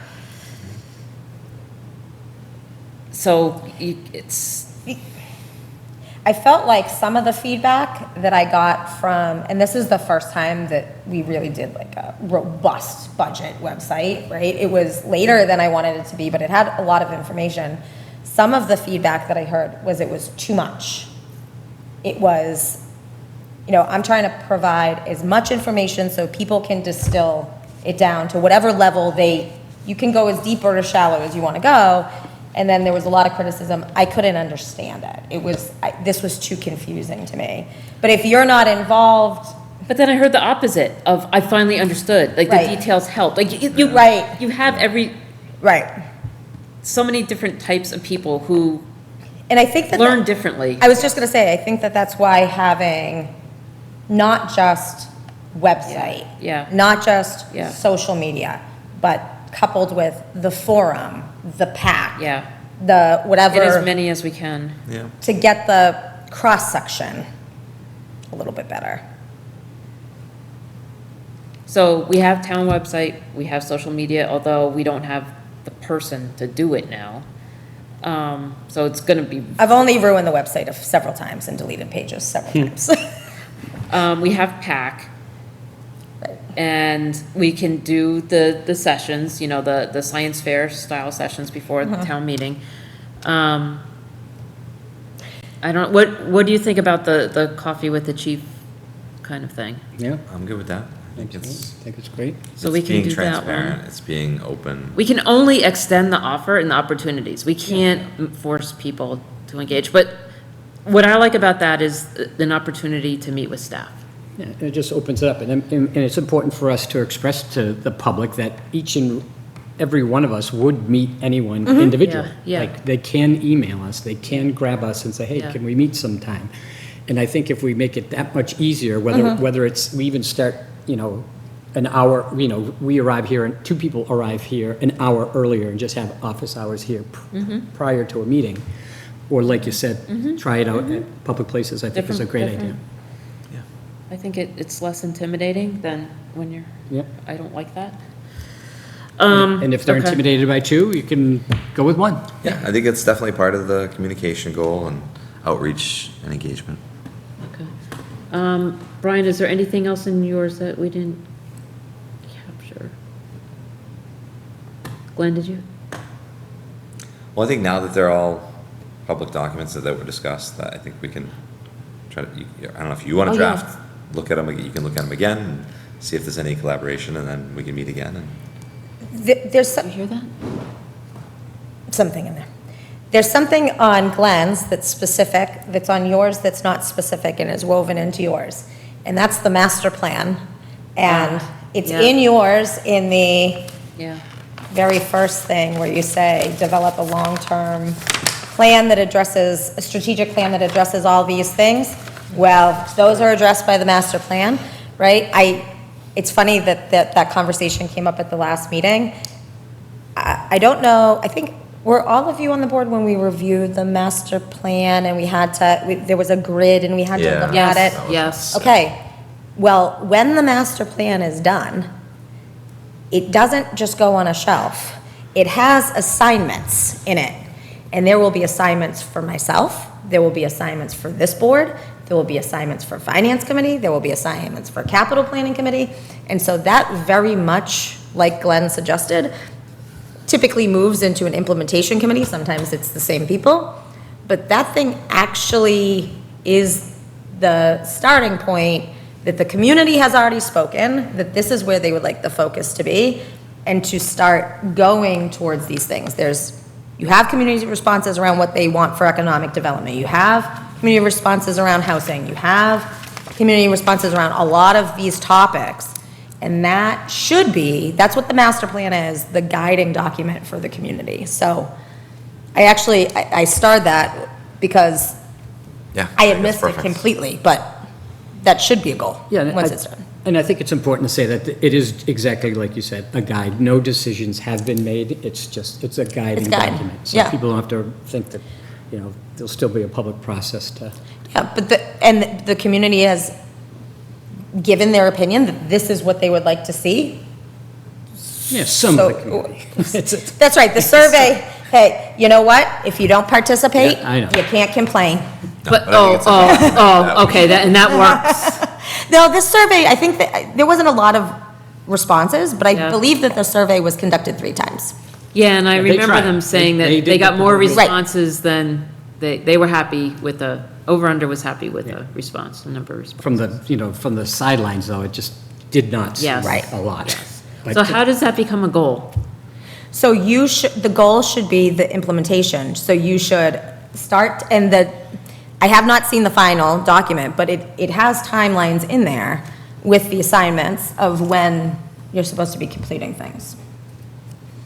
So those things should, whatever, work to implement year one goals of the master plan that are assigned to the select board. So that's not under the engagement category, that's just a It- standalone.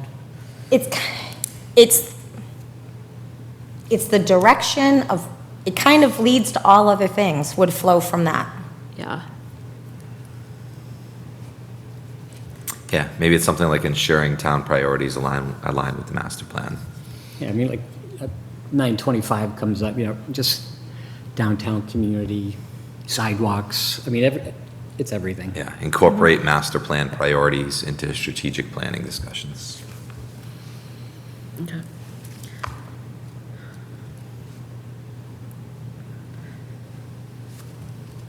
All right. Maybe that'll cover our plan for the Brooks House. Oh, maybe it's in there. Yeah? There you go. There's a report, page 6. Yeah. Okay, we're starting to lose it now. Economic development and diversify revenue. So I didn't have a lot of, in the way of budget in FY '28.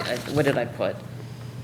One thing was to request DLS representative to present on some of the municipal budget topics that came up last year, around the types of funds, best practices, blah, blah, blah. I think it would be good to hear, even though it's in the draft policies we have, it would be good to hear it from someone outside of town and be able to ask them questions. And I think FinCom FinCom is has, open to that. yeah, they've identified several policies that they would like to address first, to make their recommendations around adopting.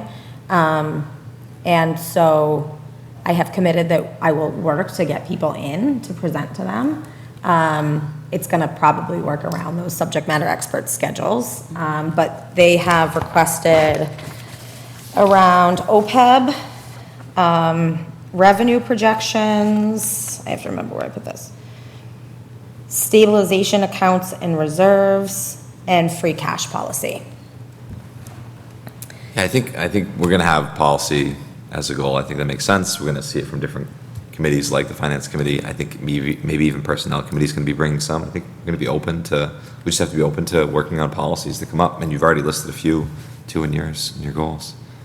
I think this one, hearing from DLS is policies is part of it, but I think it's also just education, understanding the budget process, the different pieces of the budget, how they interact, how it impacts a bond rating and things like that. Just having, I think it's beneficial for particularly, obviously for FinCom, but also for Select Board and School Committee to have some working knowledge and awareness of just some basic municipal budget. Understanding if you pull this thread, Yeah. where is that coming from the other end? And that's what I think is missing from a lot of these conversations. Give Tom, my Madam- sweater analogy. Sorry, Madam Town Manager, be less conservative on the revenues. Project closer to actuals on the revenues. Great, not a problem. I'll do that. How do you want to fund your capital plan? And so you have to have the conversation in totality, not just one-sided. I've used the analogy last year to a number of people of a sweater. You see a loose thread and you pull it, before you know it, your sleeve falls off. You think it's nothing, but things are so connected. It's not always obvious if you're not in this, how they are connected and the impacts. Right, like, if the town, I'm not going to say what a OPEB advisor is going to tell you, but if the town decided not to contribute to its OPEB liability because it's never going to get funded, it's only funded at 6%, and we're never going to meet this, and da-da-da, and then we don't submit we don't contribute to OPEB for 5, 6 years, and the school wants to go out for a borrowing, that may have an impact. Yeah, I look at it more big picture, I'm like, Yeah. let's work with the committees, finance committee, find commonalities like this that we can meet and have those presentations too and have those discussions. And I don't think you two, were you, well, maybe you were. These policies have not been adopted. Still draft. These policies need to be adopted by the select board in either their current version or a future version, but they need to. We receive grant funds, we need to complete the work. Okay. The other, but it doesn't, so we're not going to have a tri-board like we did last year. No. Of having, department heads come in August, September. It's not doable, I think, this year, given all the operational challenges and transitions still going on. I think the earliest, talking with town manager, that we could get a department, budget would be in December. So that's a timeline that's been shared with FinCom, I believe. For early budget looks Yeah, in just for a December. preview. I think I'm not too concerned about that. Townwide, I think most departments probably not gonna have any major changes. We saw the fire department obviously last year, but I think the other departments and even the fire department going in the future, I don't think there's gonna be any big changes.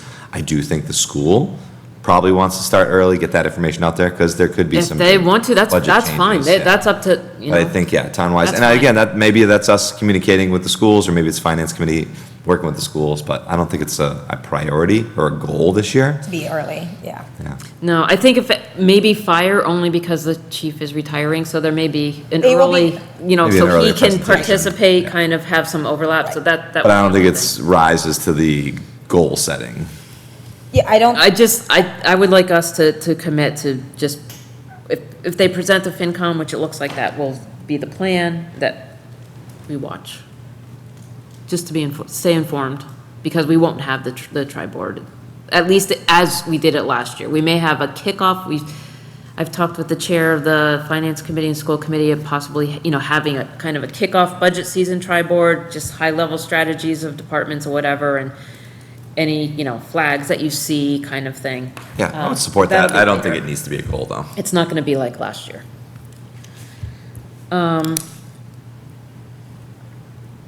What haven't I touched on? Our select board policies and procedures is kind of standard. I have many tabs open. Is there any, did we hit on joint meetings and other boards? It kind of is woven into the other goals. There's some joint meetings and whatnot. Do you want to do just a quick recap of what you kind of, do you want to summarize? Well, I what didn't you're get thinking? to, I think Glenn may have some other ones here. The economic development. I feel that's Stephen Wallace territory. I don't know that select board can actually drive that. select board can be instrumental when the bylaws are coming. Yeah. In assisting to explain the bylaws and supporting the changes, but But planning department, land use is doing the work. yeah. Okay. Okay, and Glenn, we got the master plan, we got,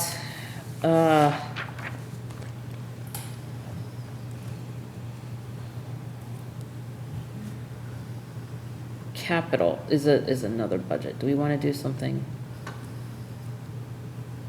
We don't have oh no, you're our rep on capital, yes? Right now, yeah. Well, you want to give that up already? I might, yeah, we'll see what the other two want to. I know, they are definitely gonna, I just recently grabbed it. It's a good group. It is a good group. I don't know Capital who's gonna planning. be on it now for school. Oh, and Chris and Mr. Yeah, Beardmore are yeah. gonna probably have to duke it out. Yeah. Yeah. Glenn, what can we do beyond what we've done in terms of advocacy for?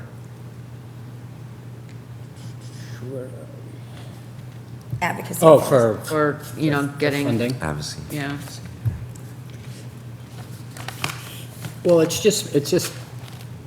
always just seems to kind of, we go through the motion and then we forget about it. We've got to, it kind of ties in with not just saying that our funding issues are strictly Proposition 2.5 and inflation. It's Proposition 2.5 inflation and the lack of funding from the state. So part of our advocacy has to be to fully inform the voters of the challenges that we're facing financially, and that it's in large part, like I said, involves the lack of funding from the state. And it is something I think more and more people are familiar with, but I think part of the advocacy is just, like I said, the transparency of saying, the Lunenburg voters are paying, I use the word generous, but I mean, we're essentially taking the money. They're not donating it, but they're very generous with their tax dollars, the real estate tax dollars.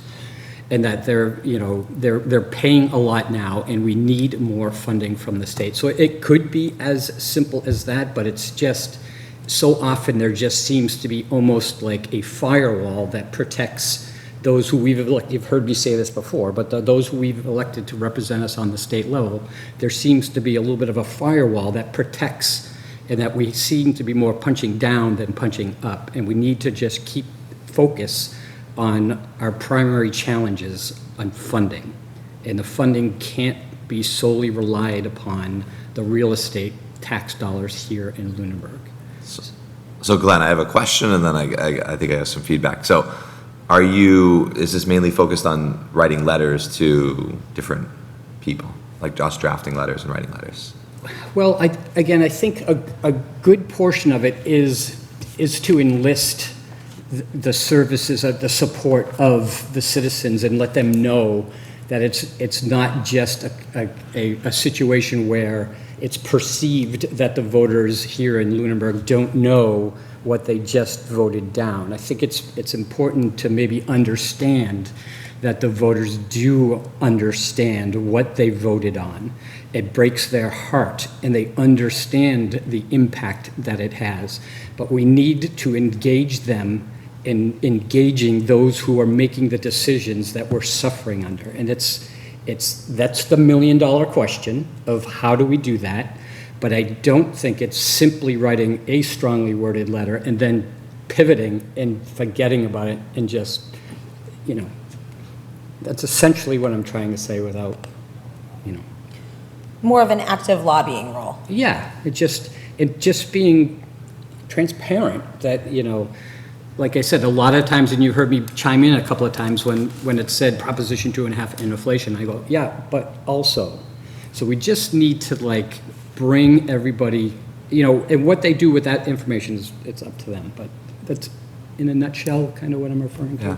I don't know what specific, I guess we would do outside of the letters, how much lobbying we would do, how would we do that? But I think my thought was, I don't think it raises as high as much as a goal, but I would support, and I would hope the chair would support us, even as individuals, writing letters, bringing it to the select board, talking about those letters, editing, revising, and then sending them to legislators. I think it's helpful. I think they do listen, and I think the public sees it too. And then people even share those emails, and there's definitely other people sending letters besides us when they see what we're doing. So, what I struggle with, not just with this, but with a lot of things, is you identify a problem. It's been identified, it's known. Complain. What's the solution? When do you stop complaining and start proposing? I would do this again. Someone would complain to me about something. Okay, you don't like this? How would you do it? Come back with a proposal, solution to fix it. We know the problem. It's beating it down. We know it. It's known. How do you fix it? What's the solution? Wait for the starburst, don't choke. Yeah. And the solution. We don't have one of those anti-choking things. And the solution I suggest is not burdening the taxpayer with additional real estate taxes. And I do think this all ties together. And specifically Renee's suggestion of, meet and greets.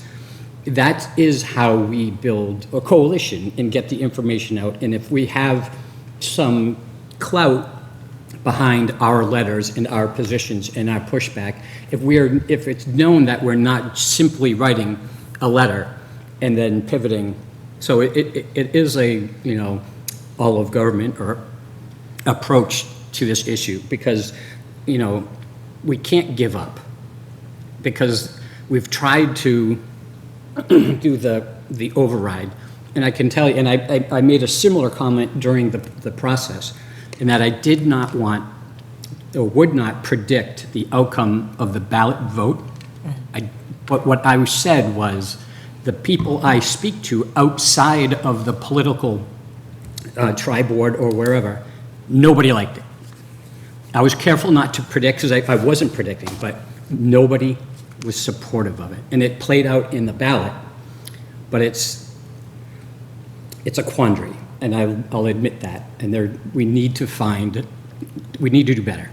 I don't know what that is. Well, I think that's, what I struggled with during these conversations when we were talking and I was pushing back on you. It's, yes, we know that that's a problem, but we need to fund a budget for July 1st.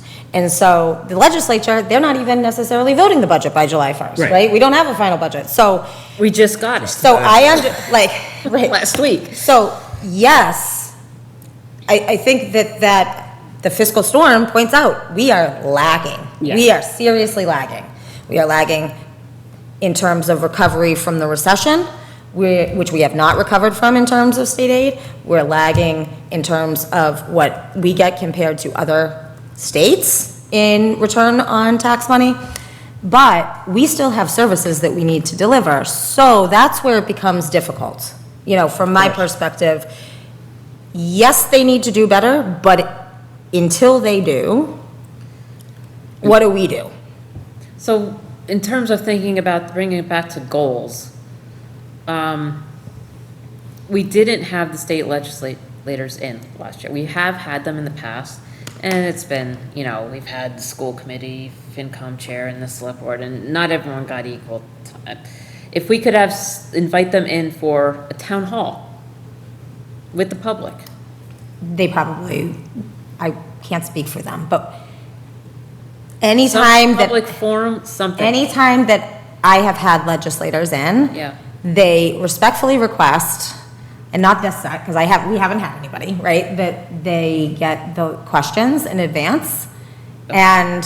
Okay. So that they can have, Okay, there could still be Okay. impromptu follow-up questions, I would hope. I mean, like the school at Groton, oh, right. The forum, the Yeah. school when forum. Margaret did Yeah, I forget what Chapter it was 70 called. funding, Yeah. yeah.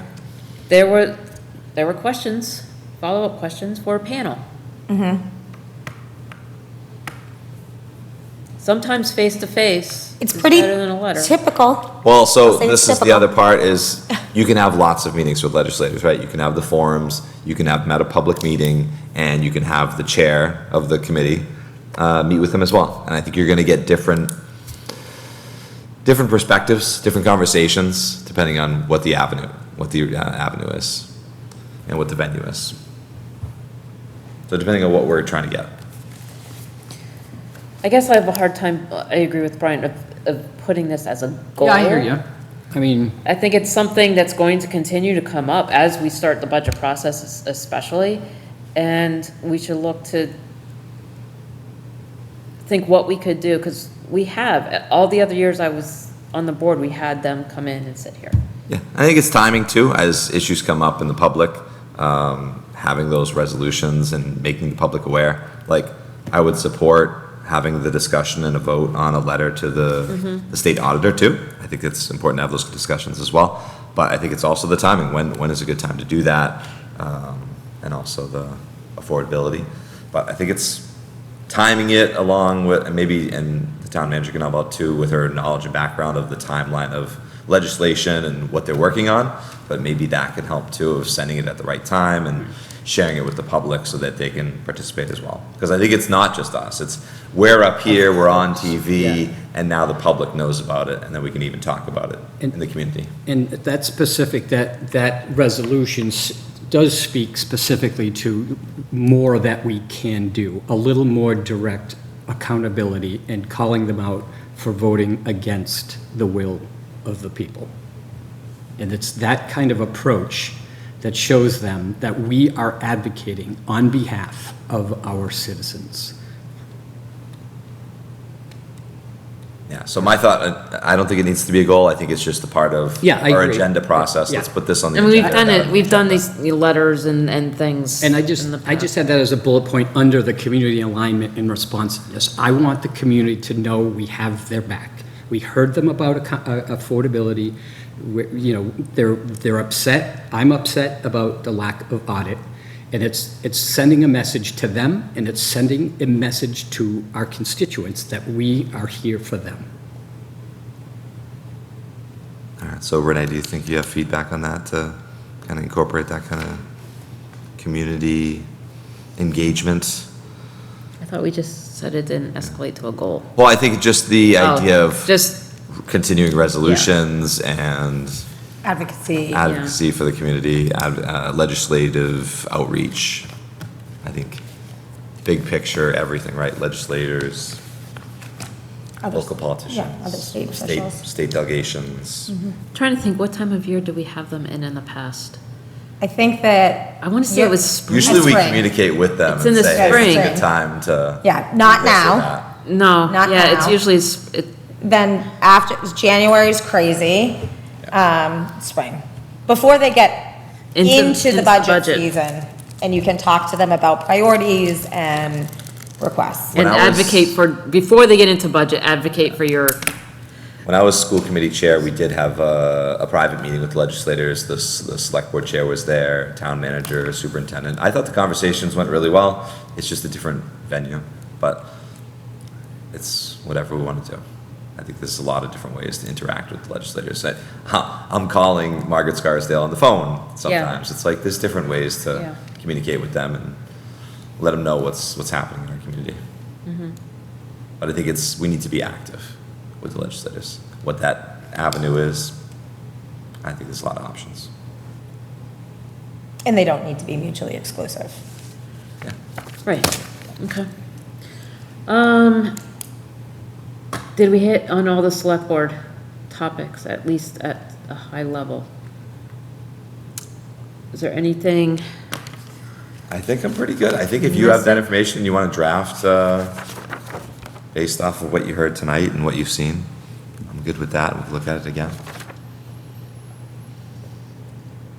I can at least take a shot at condensing it and compiling it together into one document That would work for me.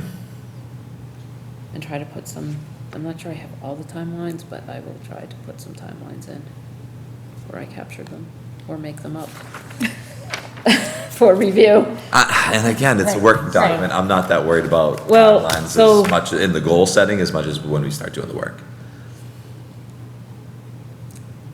I think when we have the full board, so I think we're meeting next week just to do some votes that are ready. There's some timing.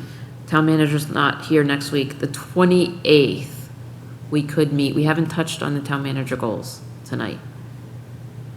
I don't know how you guys are feeling, if you want to touch on them now, or, In my opinion, I did draft some potential town manager goals. I really was thinking that more of feedback to Jen on some of my ideas that she could incorporate, but she doesn't have to. My opinion on town manager goals is I want her to create goals of what she thinks she can get done this year, what she wants to get done this year, and go for it and draft those. And I think I'm likely going to be supportive of that because I think she's professional. She's going to put in goals that she wants to work on. I did want to highlight some areas that I think we could work on, and it was kind of the connection of going over her review from the spring, kind of going from there and giving her some ideas. But I think she has a good grasp of what she needs to do. did you read the ones she drafted? She said I earlier? haven't Okay. really spent a Okay. lot of time on that, no. Okay. And so I can go over them so you can think on whatever folks want to do. So I know it's 9 o'clock. So what I was thinking about this year is I kind of, with the turnover in the finance department, I kind of went under the weeds, or in the weeds, from November to May. And all I did was finance related. You're talking last year, what you I'm talking last year. And when I kind of came up after town meeting, and I think it's also apparent through the responses, that time that was spent, while it was necessary and worthwhile to have spent, the operation suffered, right? We have talked about how we have a lot of new people, we have a lot of transition, there's a lack of institutional knowledge, and my focus, I think, for this year needs to be about restoring and supporting the core, right? I think about it like from a fitness standpoint, your core needs to be strong. When your core is strong, we can worry about getting into the appendages. So the first, and some of these are repeats from last year, some of them are things that have changed a little. Codify and improve processes and procedures. Universally, there are not written processes. Every time we have to do something, we have to figure it out.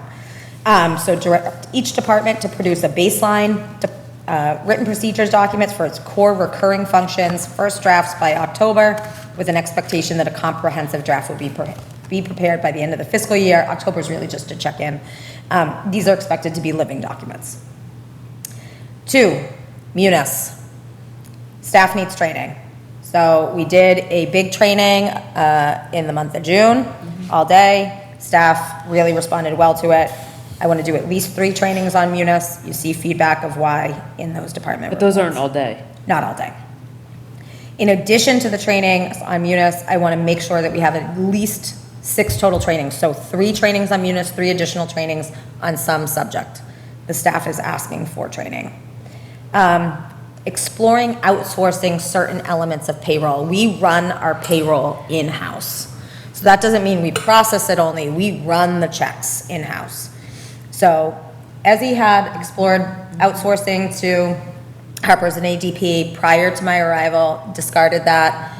I'd like to do that again, that exercise again, and give a cost-benefit analysis by 3rd quarter of the fiscal year, so by next spring.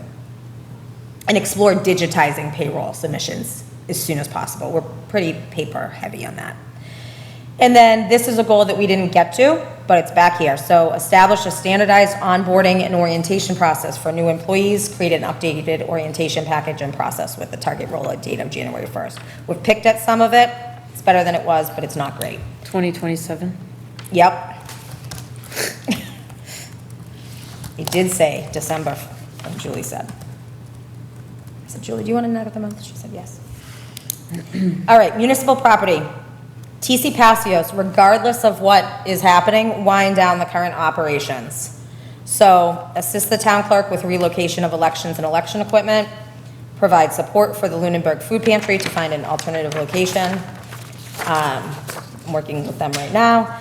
Manage staff to finalize sorting and relocation of paper files. There are substantial files over there that are not in secure bins that need to get sorted, purged, and stored, and they are in the decommission portion.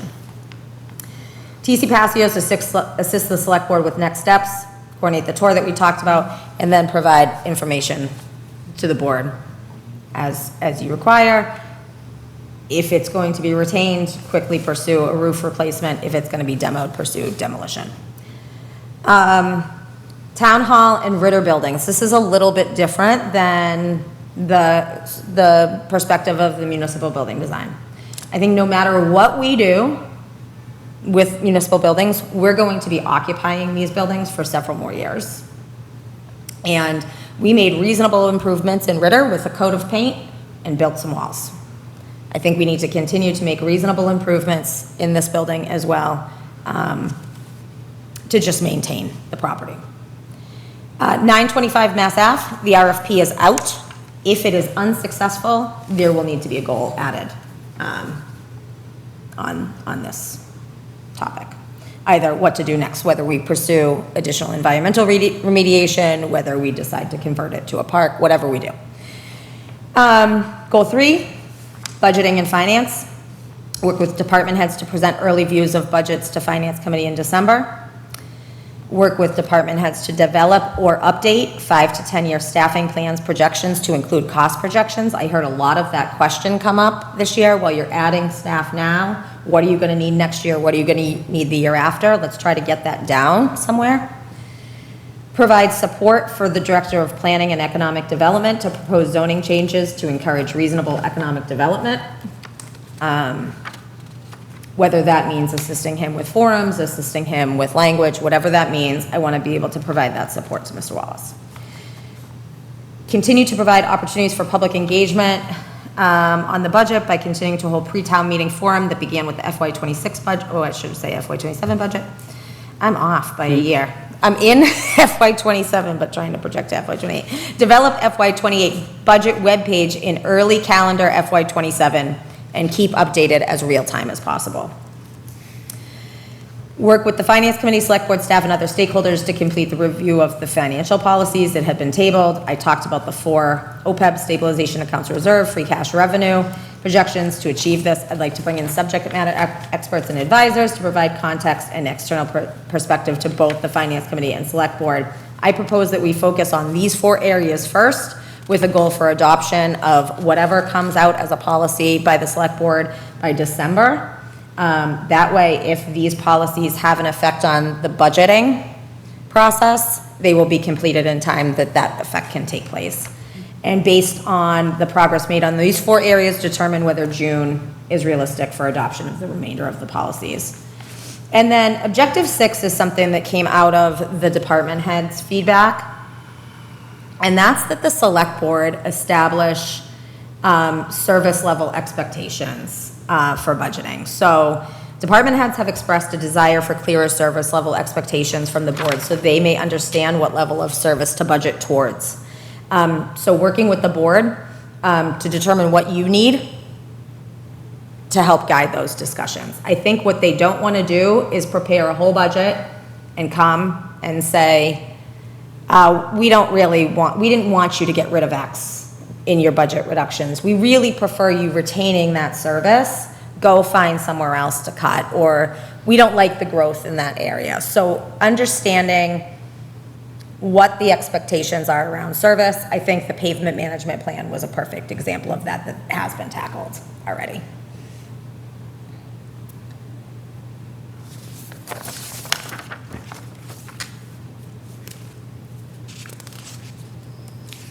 I think this is aligned with the department head feedback, for sure.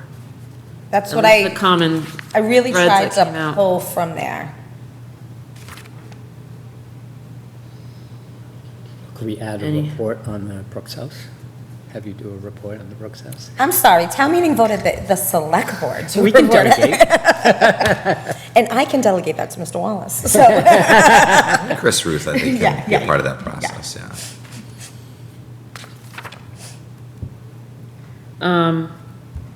But yeah, we can, they should be symbiotic, right? Anything that has overlap, they should be speaking to each other. And then these goals get further disseminated and detailed as they roll down. So, some feedback, I like them. I wonder if there's any room for, in Goal 1, the codifying and improving processes and procedures, to include something along improving organizational culture, or working with organizational culture. I think that the culture problem is the process problem. Staff is getting along well, and they're working together well. They're incredibly stressed as they're doing it. They're sick of turning over rocks and finding snakes, but they're helping each other through it. I don't see that we have a culture problem. I think that we have things that are getting in the way of people being successful in their role, that are taking up too much time. And I think if we fix And it's connected that, and- then it will affect the culture. I think there's frustration. Oh, yeah, there's definitely Yeah, frustration. yeah. The amount of time it takes for things to happen, that's a process problem. That's the amount of turnaround it takes for decisions to get made, or, I have seen and heard staff coming in to help other staff members, you know. happens From every my day. perspective, what I've seen so far. I don't think we have, I don't think that I could answer this the same way, because I didn't have the knowledge, right? And there's some different folks around. I think that culture is improving substantially. I think that there was a lot of work that this board and actually Carter did to start that process, and you see that people are responding, that they appreciate those changes, right? But, yeah, it's great if you have a great vacation benefit, but if you can't get out of your own way when you come to work because you can't figure out how to use Munis, we gotta get you figuring out how to use Munis. And the response to the training was very positive, you said. Very positive. People did not, there were some folks who didn't want to come, and why do I need to go? Just go, you might learn something. And then I would look over and I could, nodding and note-taking, I said, I see what's happening here. So it was we trained on a number of topics, it was good, but it was really the first robust one. And it got people from all departments together in a room, that is rare.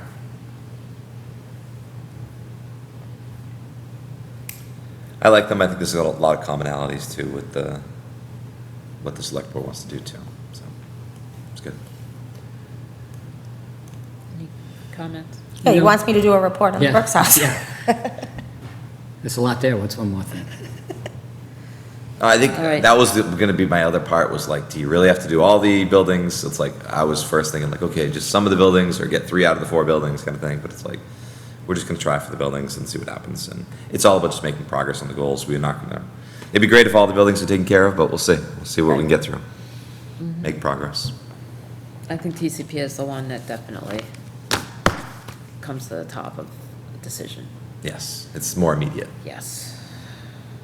Yeah, that. Yeah, I think, so what Dawn was explaining is the roof has been stretched so much that any weight on it Let's is. invite Don in too. Is gonna, Yeah. is gonna cause tearing and pulling. and- He's worried about, because it's all wood under, what the condition of that is.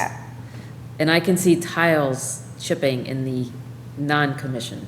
I think you're going to find people on both sides of Retaining. saving a building and Yeah. not saving a building. It's what it is, and we're just going to have to take in that information and make a decision, an informed decision, that's all. Okay. Anything else related to the goals tonight? You guys have to, I'm gonna pass this around for you to sign. This is the vote on the gift for the town beach sign. I don't have anything else. Nothing else. Okay, so what I can do, we can plan, if I can draft a summary of the goals, can I share them? And- Yeah, now it's been, yes. Okay. Yes. So I will try to do that before the 28th. And they can share back with you. I don't Okay. think that that was quite the conversation. That's So Go now back. we can go back and forth on. not about drafts? changing things, but just, that's, if you said, Brian suggested a goal about only buying blue pens, and he's like, actually, Renee, it was black. It was black pens that I suggested. That's not. Or if I you've leave already- something out, they can add it in. Right, but you can't come up with a new topic. A new goal. Right. Okay. So I'll try to I honestly work think on if that you next draft week. it, I think there'll be some minor recommendations possibly next meeting and we can finish this up. That's my thought. Yeah. I'm trying to avoid a meeting on the 28th if we can. Put it on the What 21st. about the 21st? Yeah. Are we gonna, I don't know if I could turn it around that fast in a week. You're I'm retired. You are now? I'm gonna be away for Yeah, 3 we- days for a wedding. We can meet- I'm not taking my laptop. We can meet off cycle too, if it's just this too, it's a workshop, so. we can Right. Do a different day too, it's kind of, even maybe it's when you feel like you're done, you're like, okay, let's set up a meeting. I do think we should bring them up for review when we have, after the election. when Yes. We have the full board. So we can come to agreed upon draft and then have the full board review, have another discussion. Are we okay with the town manager's goals as is? Could we vote on them tonight? I'm okay with Are you voting okay? tonight. Yeah. Okay. With Brooks? No. No, we'll give you that. Thanks. I'll make a motion to approve the town manager's FY '27 goals as presented. Second. Thank you. Okay. All those in favor? Aye. Hi. Aye. Okay, motion passes unanimously. That is good. You have your goals done before vacation. Okay, We don't have anything else on the agenda. We will be meeting next week. I think it'll be short. There's like 4 votes. Oh, there may be a presentation from an Eagle Scout project. He's proposing to build a, what's it called, a loafing shed A loafing shed, it's on the DPW. basically a 3-sided shed with a roof that would be for salt storage for the community to pick up salt. We have to give permission to do it on town property, so. Waiting that confirmation, but other than that, I think there's just some quick votes. And so we will be in person if he does present, because I think that would be important. All right. If there is nothing else, I'll make a motion to adjourn at 9:10 PM. I will second that. okay. All those in favor? Aye. Aye. We are adjourned. Have a good evening.